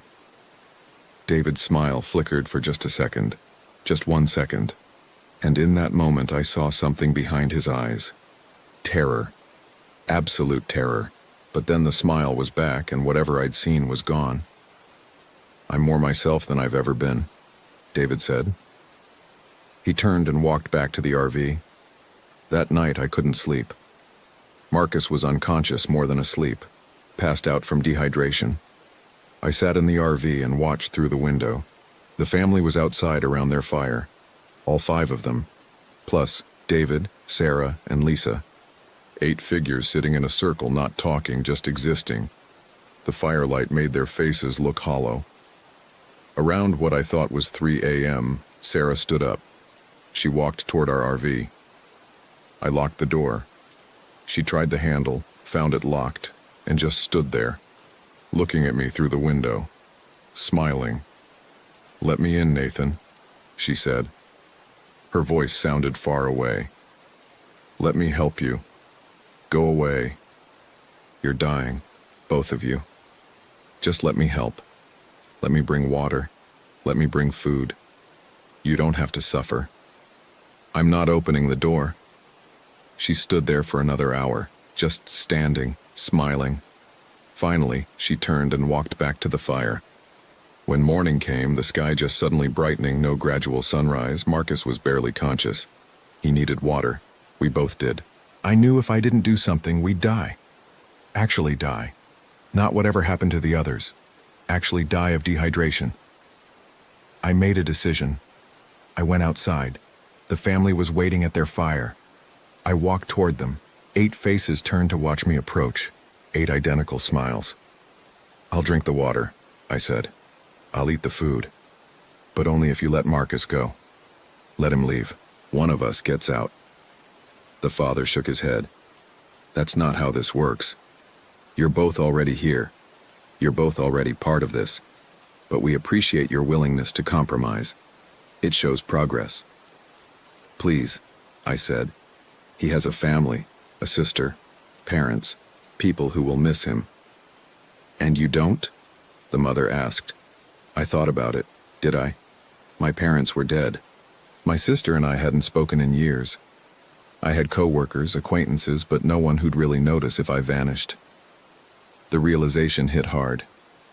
"That's why you're here," the girl said softly. "Both of you. All of you. You were selected carefully. People who wouldn't be missed much. People who were already halfway gone. We just helped you the rest of the way." I wanted to deny it. Wanted to say she was wrong, but I couldn't. "Drink," the father said. He held out a bottle of water. "Drink and you'll understand. You'll see what your friends see. How much better this is." I took the bottle. The water looked clean, clear, normal. I opened it and drank. It tasted like water, that's all. Just water. I waited for something to happen. Some change, some transformation. Nothing. I drank the whole bottle, still nothing. "There," the mother said. "That wasn't so hard, was it?" I went back to the RV, got Marcus. He could barely walk. I helped him outside and gave him water from the spigot. He drank desperately, not caring anymore where it came from. We ate the food on the table, sandwiches, fruit. It all tasted normal. Fine. Not drugged or poisoned, just food. We ate and drank and waited for whatever would happen to happen. Hours passed. Days maybe. I lost track completely. The sky cycled through light and dark, but the rhythm was wrong. Sometimes day lasted 15 minutes. Sometimes night lasted for what felt like weeks. Sometimes it stayed twilight for so long I forgot what full darkness looked like. Marcus and I stopped trying to escape. There was nowhere to go. Every path led back. Every direction circled. We were trapped not just physically but spatially. The camping area was its own universe now, disconnected from everything else. David, Sarah, and Lisa would visit us, sit with us, talk about how good they felt, how peaceful, how perfect everything was. They'd tell us we'd feel it soon, that it was just a matter of time, that everyone eventually came around. I started to notice things changing, small things. My thoughts would sometimes stutter, like skipping on a record. I'd be thinking about escape, and then suddenly I'd be thinking about staying, about how nice it would be to just stop fighting. I'd catch myself smiling when I didn't mean to. My face would just arrange itself into that expression without my permission. Marcus noticed it too. We'd talk about it in whispers when we thought no one was listening. But I think they were always listening. The walls didn't feel solid anymore. Sound traveled wrong. Voices came from directions they shouldn't. The family could be in their trailer, but their words would sound like they came from right behind us. One morning, or evening, or afternoon, time was meaningless. I woke up and Marcus was gone. The RV was empty. I panicked. Searched everywhere. Found him sitting at the picnic table with the others. 9 people now, all smiling. I ran outside. "Marcus!" He turned. His smile was the same as theirs. "Hey Nathan, good morning." No, Marcus, come back inside." "Why?" "It's nice out here, you should join us." "What did they do to you?" "Nothing. They didn't do anything. I just realized..." He paused, his smile flickering. "I just realized how tired I was. How much easier it is to stop fighting. You should try it." I grabbed his arm. He didn't resist. Didn't help. Just sat there smiling while I tried to pull him up. The others watched. The family watched. Nobody moved to stop me. Nobody needed to. Marcus wasn't going anywhere. I gave up, let go of his arm, stepped back, looked at all of them. 9 faces, 9 smiles. 9 people who used to be individuals and were now just copies of the same thing. "I'm not going to become like you," I said. "Yes, you will," the girl said. "Everyone does eventually. Some people fight longer than others, but everyone comes around. You're already changing. Haven't you noticed?" I had. God help me, I had. The smiling I couldn't control. The thoughts that weren't mine. The strange peace that would wash over me at random moments, making me forget why I was scared. I went back into the RV, locked the door, sat on the couch and tried to think clearly. Tried to remember who I was. Nathan Hill, 34 years old, software developer, from Denver. I had an apartment. I had a car. I had a life. But the details were getting fuzzy. What color was my car? What floor was my apartment on? Did I have any plants, any pets? The memories were there but distant, like I was trying to remember someone else's life. I don't know how long I stayed in the RV. Could have been hours. Could have been days. I didn't eat, didn't drink. Just sat and tried to hold on to myself. Tried to remember why I was fighting. Eventually, the father came to visit. He knocked on the door. Polite, patient. "Nathan," he called, "can we talk?" "No, I'm not going to hurt you. I just want to talk, that's all, just talk." I didn't answer. "You can't stay in there forever. You're starving, dehydrating. Your body is shutting down. This isn't sustainable." He was right. I could feel it. The weakness, the dizziness. How long had it been since I'd eaten? Since I'd had water? I couldn't remember. "Let me bring you food," he said. "Just food. Nothing else. You can stay in there. I'll leave it outside the door. You don't even have to see me." 30 minutes later, I heard him walk away. I opened the door a crack. There was a tray outside. Soup, bread, water. It smelled good. Real. I took it inside, ate slowly. The soup was warm. The bread was fresh. The water was cold. All of it tasted normal. Human. Real. After I ate, I felt better, stronger, clear-headed. I looked outside. The 9 figures were still sitting at the fire, still waiting, still smiling. I realized something then, something important. They weren't going to force me. They couldn't. Whatever this was, whatever they were, they needed me to choose. They needed me to accept it willingly. That's why they'd waited, why they'd let me starve, why they'd been so patient. They couldn't take me. I had to give myself. And I realized something else. I was going to. Not today, maybe not tomorrow, but eventually, because I was so tired, because I was alone, because there was nowhere to go and nothing to do and no one to save and no point to fighting. Eventually, I'd walk out of this RV and sit at that fire and smile that smile and become whatever they were. It was just a matter of time, but not today. Today, I'd stay inside. Today, I'd keep fighting, even if I didn't know why anymore. The days continued, or didn't. Time remained broken. I'd look at the clock and it would say 4:17, then 4:17 again, then 4:17 again. Hours passed, but the numbers stayed the same. Sometimes they'd jump backwards, sometimes they'd skip ahead, sometimes they'd just stop entirely, frozen. I started having conversations with the others through the window. Marcus would come over and talk to me. Tell me how happy he was, how peaceful, how he didn't worry anymore about deadlines or bills or what people thought of him, how he just existed now, pure and simple, without the weight of identity. It's like meditation, he said, but permanent, the perfect mindfulness. Nothing to do, nothing to be, just awareness without attachment. That's not living, I said. Isn't it? What is living, Nathan? Working yourself to death for a paycheck, scrolling through social media, buying things you don't need to impress people you don't like? This is more real than that ever was. I couldn't argue, didn't have the energy. Sarah visited too. She talked about her anxiety, how she used to have panic attacks, how she used to wake up at 3 a.m. terrified of nothing and everything, how that was all gone now. I don't feel fear anymore, she said. Not fear, not anxiety, not dread, just calm. Constant calm, don't you want that? I did. God, I did. Lisa was the hardest. She'd always been quiet, thoughtful. When she visited, she didn't try to convince me. Just sat on the other side of the door and talked about normal things.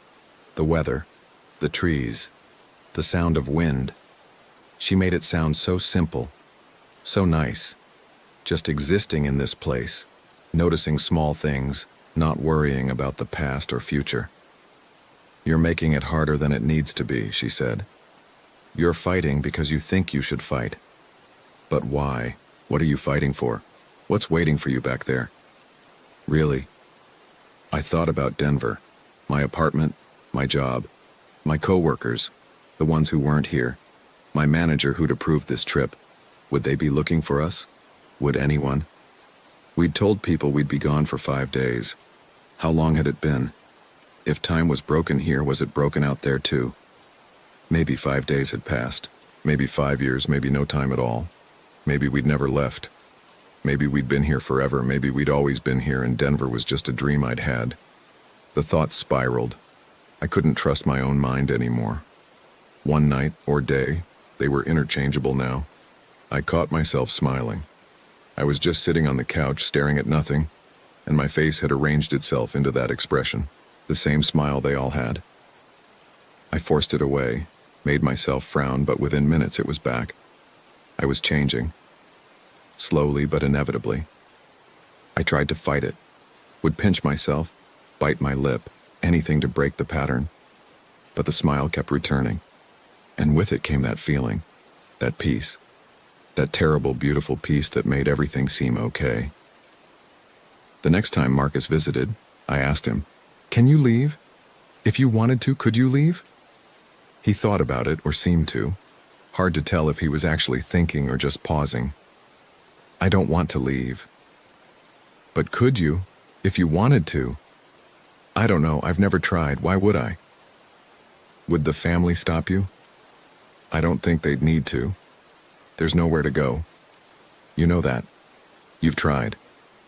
He was right. Every path circled back. Every direction led home. This place had become its own reality, self-contained. A pocket universe with 7 RV spots and 1 green trailer and 9 people who smiled and waited. 10 people. I was here too. I counted. That's when I knew I'd really lost. When I started counting myself as part of the group. When I stopped thinking of myself as separate from them. I opened the RV door, stepped outside. The air felt good. Cool. Real. The 9 figures at the fire turned to look at me. I walked toward them. Slowly. Each step was a choice. I could turn back, could run back to the RV, lock the door again. But what was the point? I reached the fire. They made room for me. I sat down. 10 people now. 10 faces. Soon to be 10 smiles. The father patted my shoulder. "Welcome home, Nathan." I looked at the faces around the circle. Marcus, Sarah, David, Lisa, the family, all of them peaceful, all of them content, all of them gone. "How long?" I asked. "How long have you been here?" "Does it matter?" the mother said. "Time doesn't work the same way here. We've been waiting for you, that's all that matters, and now you're here, now we're complete." "Complete for what?" She smiled. "You'll see. When you're ready, you'll understand. Everyone does." I sat there as the fire burned blue, sat there as the sky cycled through false days and nights, sat there as my thoughts grew quieter and quieter, as my identity dissolved, as Nathan Hill became just a name, then just a sound, then just nothing. I don't know how long I sat there. Hours, days, years. Eventually I stopped wondering, stopped questioning. The peace came, just like they said it would.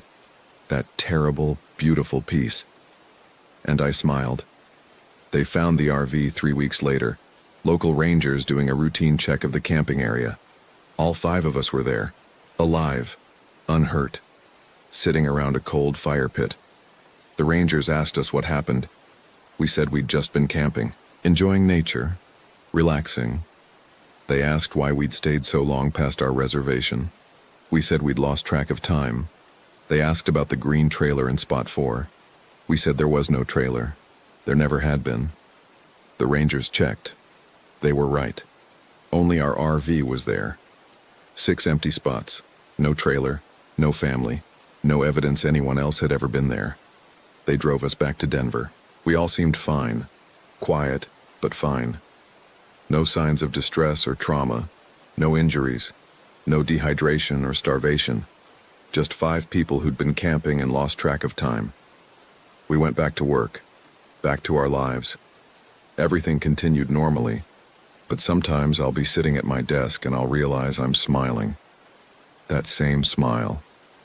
And for a moment I'll remember the feeling of that place. The peace, the quiet, the sense of belonging. Sometimes I'll look at Marcus across the office and he'll be smiling too. And we'll make eye contact and I'll know he's feeling the same thing. That pull, that calling. Sometimes Sarah will talk about planning another camping trip, somewhere remote, somewhere quiet, and we'll all agree that sounds nice. Really nice. Sometimes I'll be driving and I'll notice I'm heading west, toward Utah, toward Fish Lake National Forest, and I won't remember deciding to go, won't remember getting in the car, but I'll be going anyway, following a route I can't see on any map. And sometimes late at night I'll hear them, the family, the mother's voice soft and patient. "Come back, Nathan. Come home. We're waiting. We're always waiting." And I'll smile, and I'll close my eyes, and I'll wonder how long before I stop fighting, how long before I give in, how long before I drive west and don't turn around. Because they're right. They were always right. There's peace waiting. Real peace. The kind you can't find in the world that moves too fast and cares too little. It's just a matter of time. And I'm already counting down.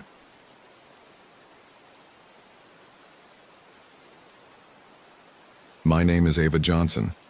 At night, our shadows moved without us, mocking our every gesture. I need to write this down while I still remember it the right way, before the memories get confused or I start doubting what I actually saw. That's the thing nobody tells you about experiencing something like this. Your brain tries to fix it afterward, tries to make it make sense. But some things don't make sense, and forcing them to just makes it worse. This happened 3 weeks ago at Big Cypress in Florida. My boyfriend Marcus and I rented an RV for a long weekend. Neither of us had done the RV thing before, but Marcus got laid off from his job at the accounting firm in Tampa, and I'd been working doubles at the hospital for 6 months straight. We needed to get away, and the RV seemed like an adventure. Something different. We picked up the rental on a Thursday afternoon. It was a 26-foot Class C, bigger than I expected, harder to drive than Marcus expected. He scraped the side mirror on the rental lot exit and didn't speak for the first 20 minutes of the drive. That was Marcus, though. He got quiet when he was embarrassed. The drive down to Big Cypress took about 4 hours. We arrived at the campground around 7:30, just as the sun was starting to sink. The place was called Gator Hook RV Park, which should have been our first warning, but we laughed about it. Marcus did his terrible Steve Irwin impression. Things felt normal. The park wasn't crowded. Off-season, the woman at the check-in office said, just 12 of the 40 sites were occupied. She was somewhere in her 60s, deeply tanned, with reading glasses on a beaded chain. She gave us a map with our sites circled in red marker, Lot 34 on the eastern edge of the property, backing up to the tree line. You'll want to keep your food locked up, she said. We've got panthers out here. And gators, obviously. She smiled like this was a selling point. Marcus drove us to the site. The RV park was basically a dirt lot with electrical hookups and a bathhouse in the center. Our spot was exactly where she'd marked it, a clearing with a concrete pad for the RV, a picnic table and a fire ring. Beyond the clearing, the cypress trees crowded together, their roots disappearing into standing water. Everything was very flat and very green. The air felt heavy, like breathing through a wet towel. We spent an hour figuring out how to level the RV and connect the utilities. Marcus had watched YouTube videos, but the reality was more complicated. The water hookup leaked. The electrical connection sparked once and made us both jump. By the time we got everything working, it was dark. That first night was fine. We made sandwiches for dinner and drank the 6-pack of local beer we'd picked up at a gas station. We sat at the picnic table and used our phones as flashlights because we hadn't thought to bring a real one. The campground was quiet. We could hear a generator running somewhere, and occasionally voices from the other occupied sites, but they were distant. Marcus seemed more relaxed than he'd been in months. The layoff had been hard on him. He'd worked at that firm for 7 years, thought he was on track for partner. Instead, they'd cut the entire audit division. He'd been sending out resumes for weeks with no callbacks. I could get used to this, he said, looking out at the trees. Just living out here. Fuck the 9 to 5. I didn't point out that we were 4 hours from home and 3 days into a vacation. That's not who I wanted to be. We stayed up until almost midnight, then went inside. The RV had a queen bed in the back and a table that converted to another bed in the front. We took the queen.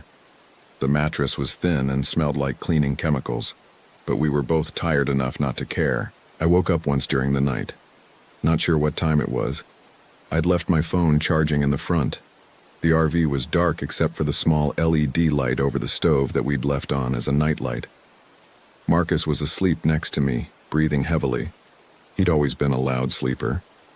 I got up to use the tiny bathroom. The RV's toilet was right next to the bed, separated by an accordion door that didn't quite close all the way. As I sat there, I could see through the bedroom doorway to the front of the RV. Through the windshield, I could see our picnic table and the fire ring, lit by the LED floodlight attached to the RV's exterior. There was a shadow on the ground next to the picnic table. It took me a moment to understand what I was looking at. The shadow was long and distorted, the way shadows get at night under artificial light. It looked vaguely human-shaped. I figured someone was walking past our site, heading to the bathhouse or something. But the shadow didn't move. I sat there for maybe 30 seconds watching it. The shadow just stayed there, perfectly still. Then I realized there was nothing casting it.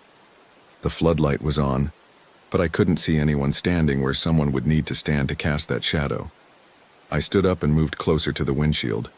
The shadow was still there, long and thin, with what looked like arms and legs, but empty air above it.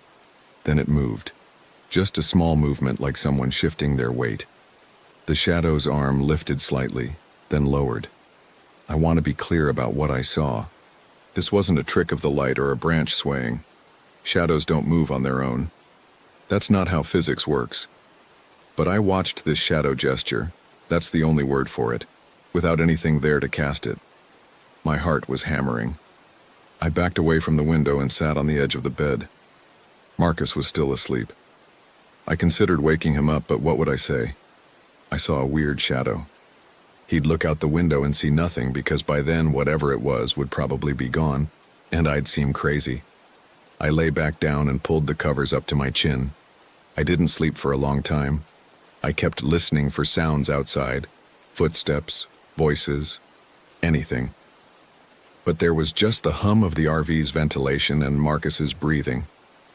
When I finally fell asleep, I dreamed about my dad. He died when I was 19, heart attack in his sleep. In the dream, he was standing in our old kitchen, but his shadow on the floor was doing something different than he was. He was standing still, but his shadow was gesticulating wildly, arms waving. I kept trying to tell him to look down, but he couldn't hear me. I woke up to Marcus making coffee. Sunlight was streaming through the windows. The dream faded quickly, the way dreams do, but that anxious feeling stayed with me. "Sleep okay?" Marcus asked. He was wearing shorts and a t-shirt, looking more relaxed than I'd seen him in weeks. "Yeah," I said. "Weird dreams." "RV dreams," he said. "It's the camping experience." I got up and looked out the window. In daylight, everything looked normal. The picnic table, the fire ring, the trees beyond. No mysterious shadows. I felt stupid for being spooked. We spent the morning exploring the area. There was a hiking trail that started at the campground and wound through the cypress swamp. The trail was a wooden boardwalk that sat about 2 feet above the water. Every so often we'd see a gator sliding off the banks into the murky water. Marcus took about 100 photos. We passed a few other hikers. An older couple with binoculars, very into bird watching. A guy by himself, maybe in his 40s, who nodded at us but didn't speak. Everyone seemed normal. Everything seemed fine. Around noon, we headed back to the RV for lunch. As we approached our site, I noticed something that made me stop walking. Our shadows on the dirt path looked wrong. It was subtle. The sun was high and our shadows were short, which was normal. But Marcus's shadow seemed to be slightly ahead of him, like it was leading instead of following. And when he stopped walking, his shadow kept moving for just a fraction of a second before it stopped too.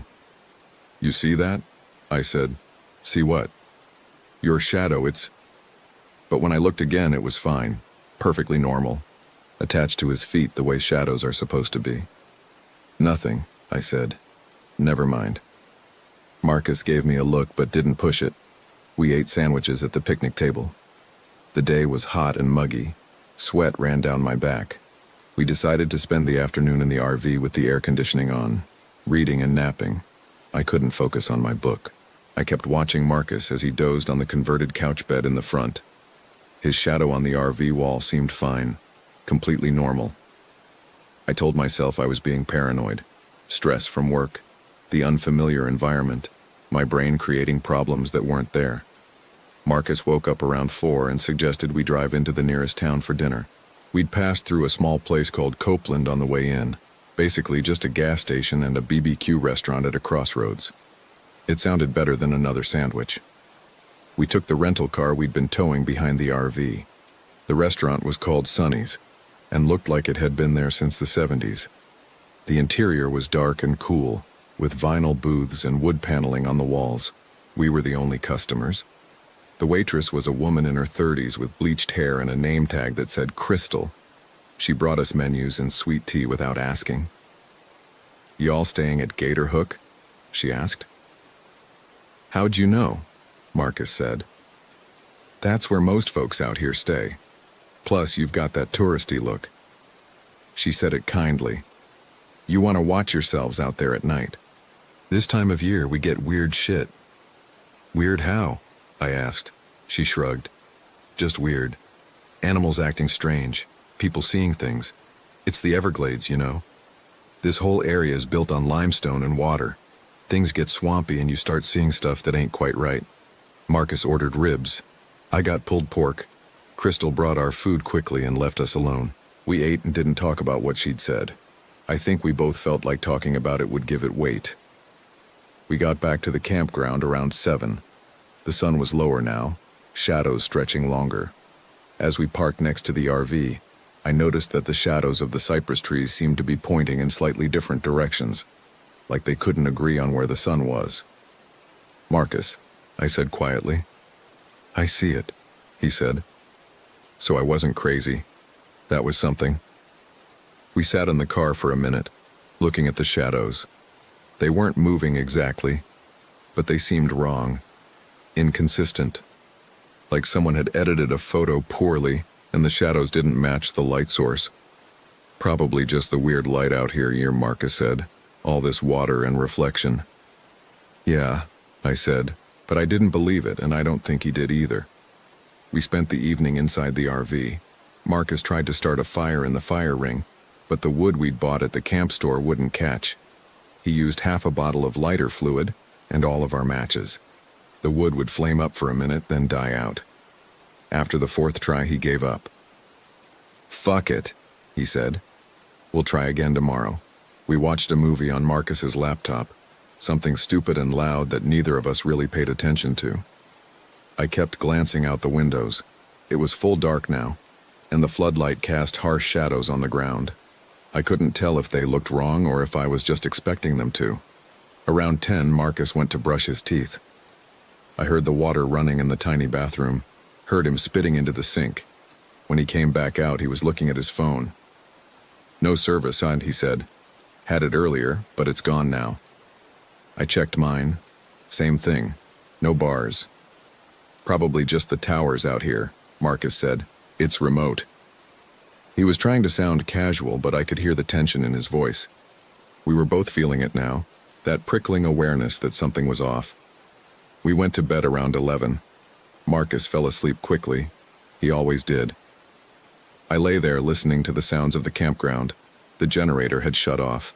No voices, just the chirping of frogs and insects. Then I heard footsteps. They were soft, crunching on the dirt outside, walking past the RV from front to back. Slow, deliberate steps. I held my breath and listened. The footsteps stopped somewhere behind the RV. Then nothing. I waited for 5 minutes, maybe longer. No more sounds. I almost convinced myself I'd imagined it. Then I heard them again, walking the other direction. Front to back, same slow pace. This happened 3 more times over the next hour, always the same pattern. Someone, or something, walking past the RV. I never heard them walk away. They'd reach the back of the RV and just stop, then start again from the front a few minutes later. I should have woken Marcus up. That would have been the reasonable thing to do. But part of me didn't want to know what would happen if he looked outside and saw nothing. Or worse, if he saw something. Eventually, the footsteps stopped. I must have fallen asleep sometime after that, because the next thing I knew, it was morning. Marcus was already up, making coffee again. Sunlight through the windows. Everything normal. "Sleep okay?" he asked, same question as yesterday. "Not really," I said. I kept hearing footsteps outside. He frowned. "Like an animal?" "No. Like a person walking, back and forth." I didn't hear anything. He poured coffee into 2 mugs. "You want to check outside? See if there's tracks or anything?" We went out and looked around the RV. The dirt was pretty hard packed, but there were some indentations that might have been footprints. Might have been. Hard to tell. What we definitely found were scratches on the back of the RV, 4 long gouges in the aluminum siding starting about 6 feet up and dragging down to about 4 feet. The metal was peeled back slightly. Something had scraped down the side of the RV with significant force. "What the fuck?" Marcus said quietly. We both stood there looking at it. The scratches were fresh. The exposed aluminum underneath was still bright and clean, not oxidized. "Could have been a branch," Marcus said. "When we were driving in, maybe. We didn't notice." "We would have heard that," I said. "That much scraping, we would have noticed." Then an animal, a panther or something, climbing on the RV. I didn't argue with him, but I didn't believe it either. The scratches were too deliberate, too evenly spaced. We went back inside and had coffee and granola bars for breakfast. Neither of us wanted to talk about the scratches. We decided to spend the day hiking again, get out of the campground, clear our heads. The hike was good. The boardwalk trail went deeper into the swamp this time, and we saw more wildlife. Herons, egrets, a small alligator sunning itself on a log. Marcus seemed more like himself, pointing things out, taking photos. For a few hours, things felt normal again. We got back to the campground around 2. As we walked up to our site, I saw someone standing next to our RV. It was the solo hiker we'd passed yesterday, the middle-aged guy who'd nodded at us. He was just standing there looking at the RV. When he heard us approaching, he turned. "Sorry," he said. "Didn't mean to snoop. I'm over in Site 29, few spots down. Saw your RV and thought I recognized it." "Oh," Marcus said. "No problem." "You folks having any trouble?" the man asked. His eyes were very blue and very direct. "Trouble?" I said. "Just asking. Sometimes people do out here, especially on this end of the campground." He gestured toward the trees. "Gets quiet, gets dark. People's minds play tricks." "We're fine," Marcus said, but his voice was tight. The man nodded slowly. "Good. That's good. You need anything? I'm in the Winnebago with the Montana plates. Name's Carl." He looked at me specifically when he said this, like he wanted to make sure I remembered. Then he walked away, back toward his site. "That was weird," Marcus said. "Yeah, we didn't talk about it, but we were both rattled. There was something in the way Carl had looked at the RV, like he knew about the scratches, like he'd been expecting them. That afternoon, I noticed Marcus's shadow again. We were sitting at the picnic table, and I happened to glance down at our shadows on the ground.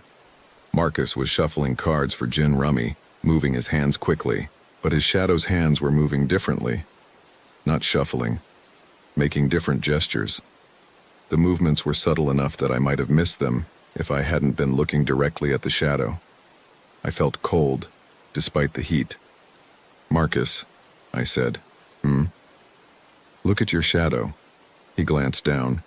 His shadow looked normal. Whatever I'd seen had stopped. "What about it?"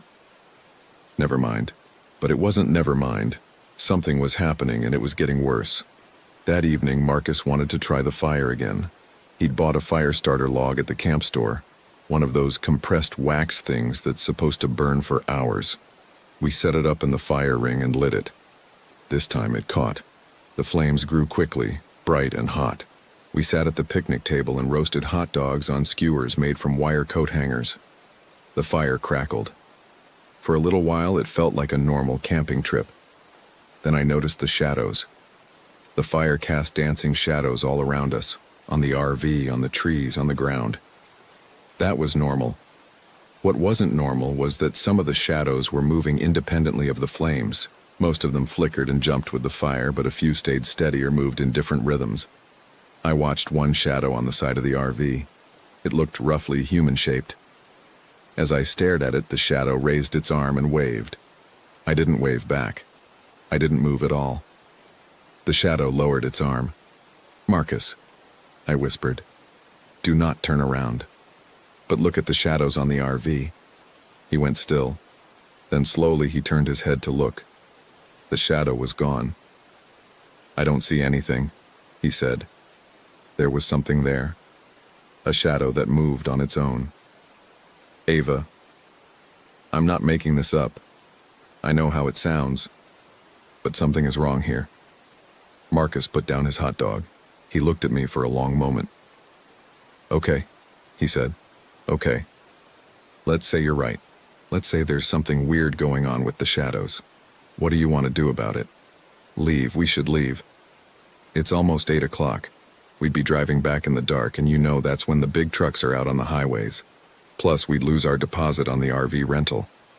I don't care about the money." "I know, but..." He stopped, looked down at the fire. "I don't want to run away from something that might just be in our heads, you know?" I understood what he meant. Marcus had been struggling with anxiety since the layoff. He'd been seeing a therapist, taking medication. The last thing he needed was to feel like he couldn't trust his own perceptions. And maybe I was being paranoid. Maybe the stress of my job was finally catching up to me.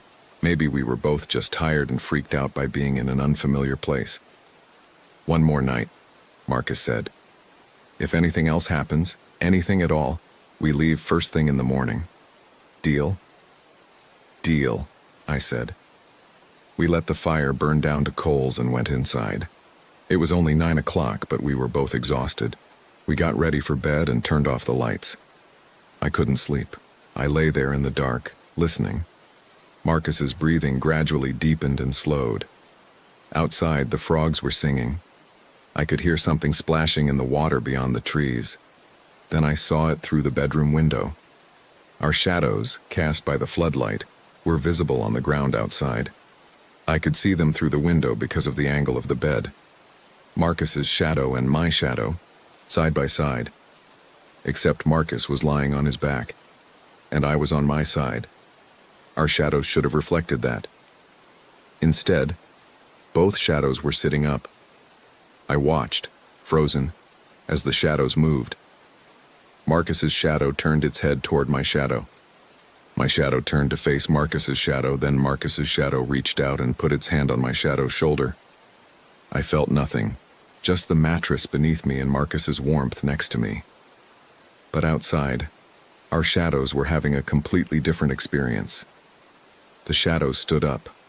I couldn't move, couldn't speak. I just lay there watching as our shadows, mine and Marcus's, stood up from where our bodies were lying and walked away from the RV toward the trees. They moved smoothly, naturally, like two people out for an evening stroll. They reached the tree line and disappeared into the darkness between the cypress trees. I don't know how long I lay there. Long enough for my legs to start cramping from holding still. Long enough for my breathing to get ragged and painful. Finally, I turned to look at Marcus. In the dim light from the stove's LED, I could see his face. He was asleep, mouth slightly open. I reached over and shook his shoulder. "Marcus, wake up." He didn't move. I shook harder. "Marcus, wake up. Please wake up." Nothing. I sat up and turned on the light over the bed. Marcus didn't react. I grabbed his face and turned it toward me. His eyes were closed, he was breathing, but he wouldn't wake up. I slapped him, not hard, just enough to sting. Nothing. I got out of bed and paced the small space of the RV's bedroom. My hands were shaking. I considered calling 911, but we didn't have phone service. I could drive to town, find help. But what would I tell them? My boyfriend won't wake up because his shadow left his body? I looked out the window again. The shadows were back. Both of them standing right where they'd been before, except now they were facing the RV, facing the window where I stood. As I watched, Marcus's shadow raised its hand and waved at me. The same gesture I'd seen earlier. A slow, deliberate wave. I backed away from the window and sat on the bed next to Marcus. I put my hand on his chest, felt his heartbeat, steady and strong. He was alive, just asleep. Deeply, unnaturally asleep. I stayed like that for hours, sitting next to him, keeping my hand on his chest, not looking out the window. At some point, the sky started to lighten. Dawn was coming. When the first real sunlight hit the RV, Marcus gasped and opened his eyes. "Ava," he said. His voice was rough. "What's wrong? Why are you sitting like that?" I couldn't answer at first. I just grabbed him and held on. Hey, he said. "What happened?" I told him. All of it. The shadows walking away, how I couldn't wake him up, the shadow waving at me. It spilled out in a rush, and I could hear how crazy it sounded, but I couldn't stop. When I finished, Marcus was quiet for a long time. "I had a dream," he finally said. "I was walking in the swamp. You were with me, but it wasn't really you. It was like your outline, filled in with darkness. We walked for a long time. There were other shapes like us out there moving through the trees. They didn't have faces, but I knew they were watching us." "We need to leave," I said. "Right now." "Yeah," he agreed. "Let's get the fuck out of here." We started packing immediately. Threw our stuff in bags, didn't bother folding anything. Marcus went outside to disconnect the utilities while I cleaned out the refrigerator. That's when I noticed that Marcus was moving slowly. Not sick slow, not injured slow. Just deliberate. Like he was thinking carefully about each movement. I went to the window and watched him. He was unscrewing the water connection with methodical precision. Then he stopped and stood very still for a moment. He turned his head toward the trees. His shadow was still attached to him. I could see it on the ground, but the shadow seemed darker than it should be in the morning light, more solid. Marcus finished with the water and moved to the electrical connection. I watched his shadow. It matched his movements perfectly, too perfectly, like it was anticipating what he would do before he did it. "Marcus," I called through the window. "How are you feeling?" "Fine," he called back. He didn't look up at me. Something in his voice was off. The tone was right, the inflection was normal, but there was something underneath it, something flat. He came back inside a few minutes later. "All set," he said. "We can head out." I looked at him carefully. He seemed normal. Same face, same expressions. But his eyes were different. They were focused on me with an intensity that Marcus usually saved for spreadsheets and tax forms. "Are you sure you're okay?" I asked. "I'm fine. Let's just go." We got in the RV and Marcus started the engine. As he pulled out of the campsite, I looked back at the picnic table and the fire ring. There were shadows on the ground there, even though there was nothing to cast them. Two human-shaped shadows standing side by side, watching us leave. The drive out of the campground should have taken 5 minutes. We drove for 20. The dirt road kept looping back on itself. We'd pass the bathhouse, then loop around and pass it again from a different direction. The camp office appeared on our left, then on our right, then directly ahead. The RV sites repeated in impossible configurations. "This doesn't make sense," Marcus said. But his voice was calm. Too calm. "Stop the RV," I said. "We need to keep moving." "Marcus, stop the fucking RV." He pulled over to the side of the road. We were next to a vacant site, number 18. I was sure we'd passed it 3 times already. "Something's wrong with this place," I said. "We keep looping." "Or we're turned around," Marcus said. "It's easy to get confused." "Look at me." He turned his head toward me. His face was relaxed, almost serene. That's what scared me most. Marcus was never serene. "What happened to you out there last night?" I asked. "When your shadow left?" "I don't know what you mean." "Your shadow walked into the woods, I watched it, and you wouldn't wake up until morning." "What happened during that time?" "I was asleep, having a dream." "What kind of dream?" He smiled. It was a terrible smile. Not because it was menacing or cruel, but because it was wrong on Marcus's face. Marcus didn't smile like that. His real smile was crooked, slightly embarrassed, like he was never quite sure if the joke was funny. This smile was symmetrical, empty. "We walked in the dark," he said. "All of us. We walked between the trees where the water is black and the cypress roots grow down forever. It was peaceful, quiet. Everything made sense there." "Marcus." "That's not my name," he said. I stopped breathing. The thing wearing Marcus's face tilted its head. "That's the name of the man whose shape I'm wearing." "But I'm not him. He's still out there, Ava, between the trees, in the dark water. He's with all the others who've stayed too long." I fumbled for the door handle, but the child locks were engaged from the driver's side. I couldn't get out. "Don't be scared," Marcus's voice said. "We're not cruel. We just need forms to walk in. Shadows can't exist without something to cast them." "Where is he?" My voice came out as a whisper. "Where's Marcus?" "I told you, in the dark. But don't worry, you'll see him soon. You'll walk there too, and leave your shadow to wear your skin. That's how it works. That's how it's always worked in places like this, where the ground is thin and the water goes down forever." I looked out the windshield. We weren't by Site 18 anymore. We were back at Site 34, our site. The scratches on the back of the RV gleamed in the morning sun. Standing by the picnic table was Carl from Site 29. He waved at us. Next to him were 2 other people I didn't recognize. They all stood perfectly still, perfectly straight. Their shadows pooled at their feet, too dark, too solid. "You can fight it," the thing in Marcus said. "Some people do for a while. But you won't sleep, and eventually your shadow will go walking without you anyway. It's easier if you just let it happen." "No," I said. "No. I'm not letting you have him. I'm not letting you have me." The thing sighed with Marcus's lungs. "That's disappointing, but I understand. Humans always want to fight." It reached for me with Marcus's hands. I grabbed the coffee mug from the cup holder, still half full from this morning, and threw the hot liquid in its face. The thing screamed, not with pain, but with surprise. It jerked back, pawing at its eyes. I lunged for the driver's side door and managed to release the child locks. Then I threw myself out of the RV and ran. I ran toward the camp office. Behind me, I could hear the RV's door slam open, footsteps hitting the dirt. "Ava, wait," Marcus's voice called. "Please, I'm sorry, I didn't mean—" I didn't look back. I couldn't.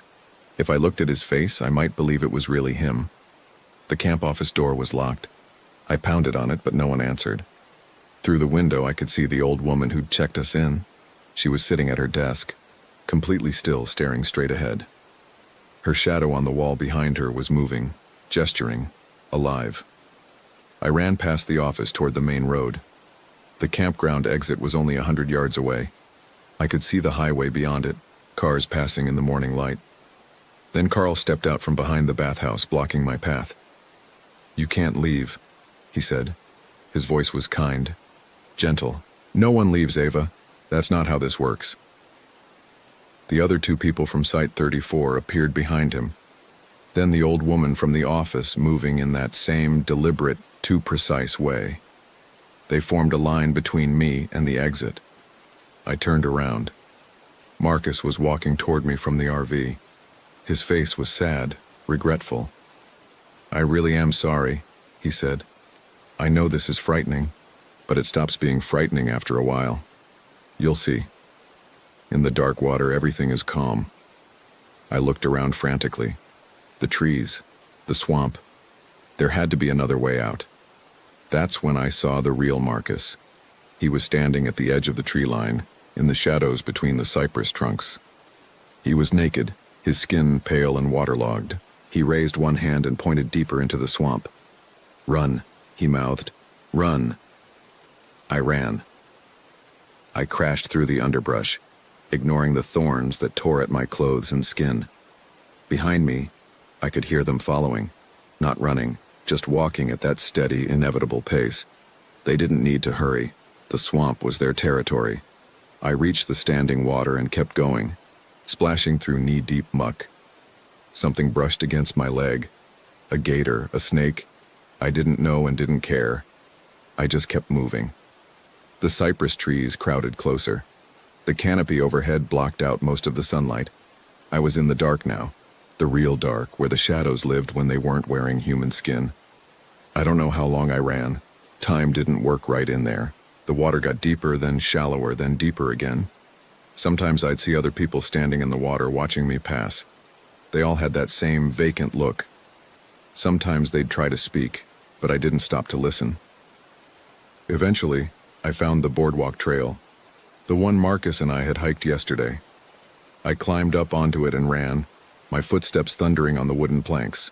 The trail led back toward the campground, but I kept going, hoping it would eventually connect to the main road or another exit. The sun was higher now. I must have been running for hours. Then I saw my shadow. It was ahead of me on the boardwalk, cast by the afternoon sun, but I was running toward it, which meant my shadow should have been behind me. I stopped running. My shadow stopped too. Then it turned around. I could see the outline of it perfectly. My head, my shoulders, the ponytail I'd pulled my hair into this morning. My shadow raised its hand and pointed at me. "Come here," it seemed to say. "Join us." "No," I said out loud. My shadow shrugged. Then it stepped off the boardwalk and sank into the black water without a ripple. I stood there shaking. I couldn't go forward. I couldn't go back. I was trapped on a boardwalk in the middle of a swamp, surrounded by dark water and living shadows. Then I heard a boat motor. I turned and saw a small airboat coming through the trees, its huge fan churning the air.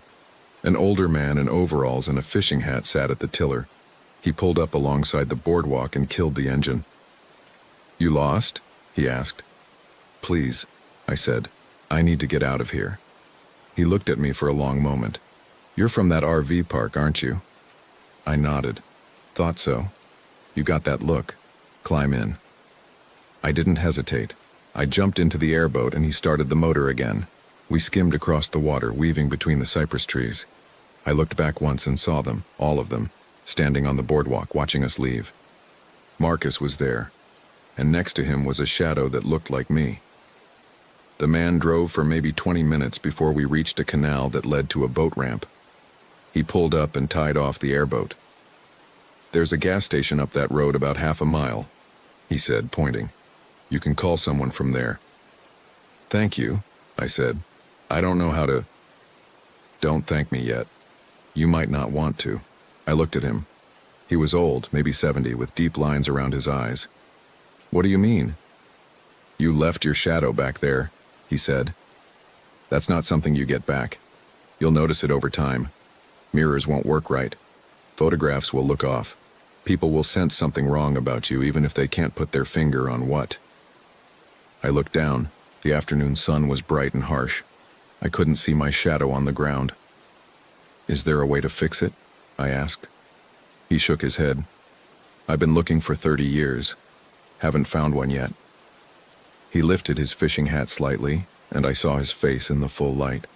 No shadow fell across it from the brim. No shadow at all. "Best you can do is stay away from those dark places," he said. "The swamps, the deep woods, anywhere the water stands still. The shadows are always looking for what they lost." I got out of the boat and walked to the road. Behind me, I heard the motor start again. When I looked back, the old man and his airboat were already gone, disappearing into the trees.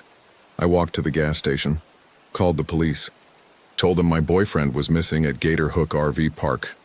They found him 3 days later in the swamp, about 2 miles from the campground. The medical examiner said he'd drowned, probably got disoriented and wandered into deep water during the night. They never found anyone else. The other campers had all checked out normally according to the office log. Carl from Montana, the old woman who ran the office, everyone I'd seen. They all had paperwork showing they'd left. The police interviewed them. They all seemed fine, normal, nothing suspicious. I didn't tell them about the shadows. What would I say? They'd have me committed.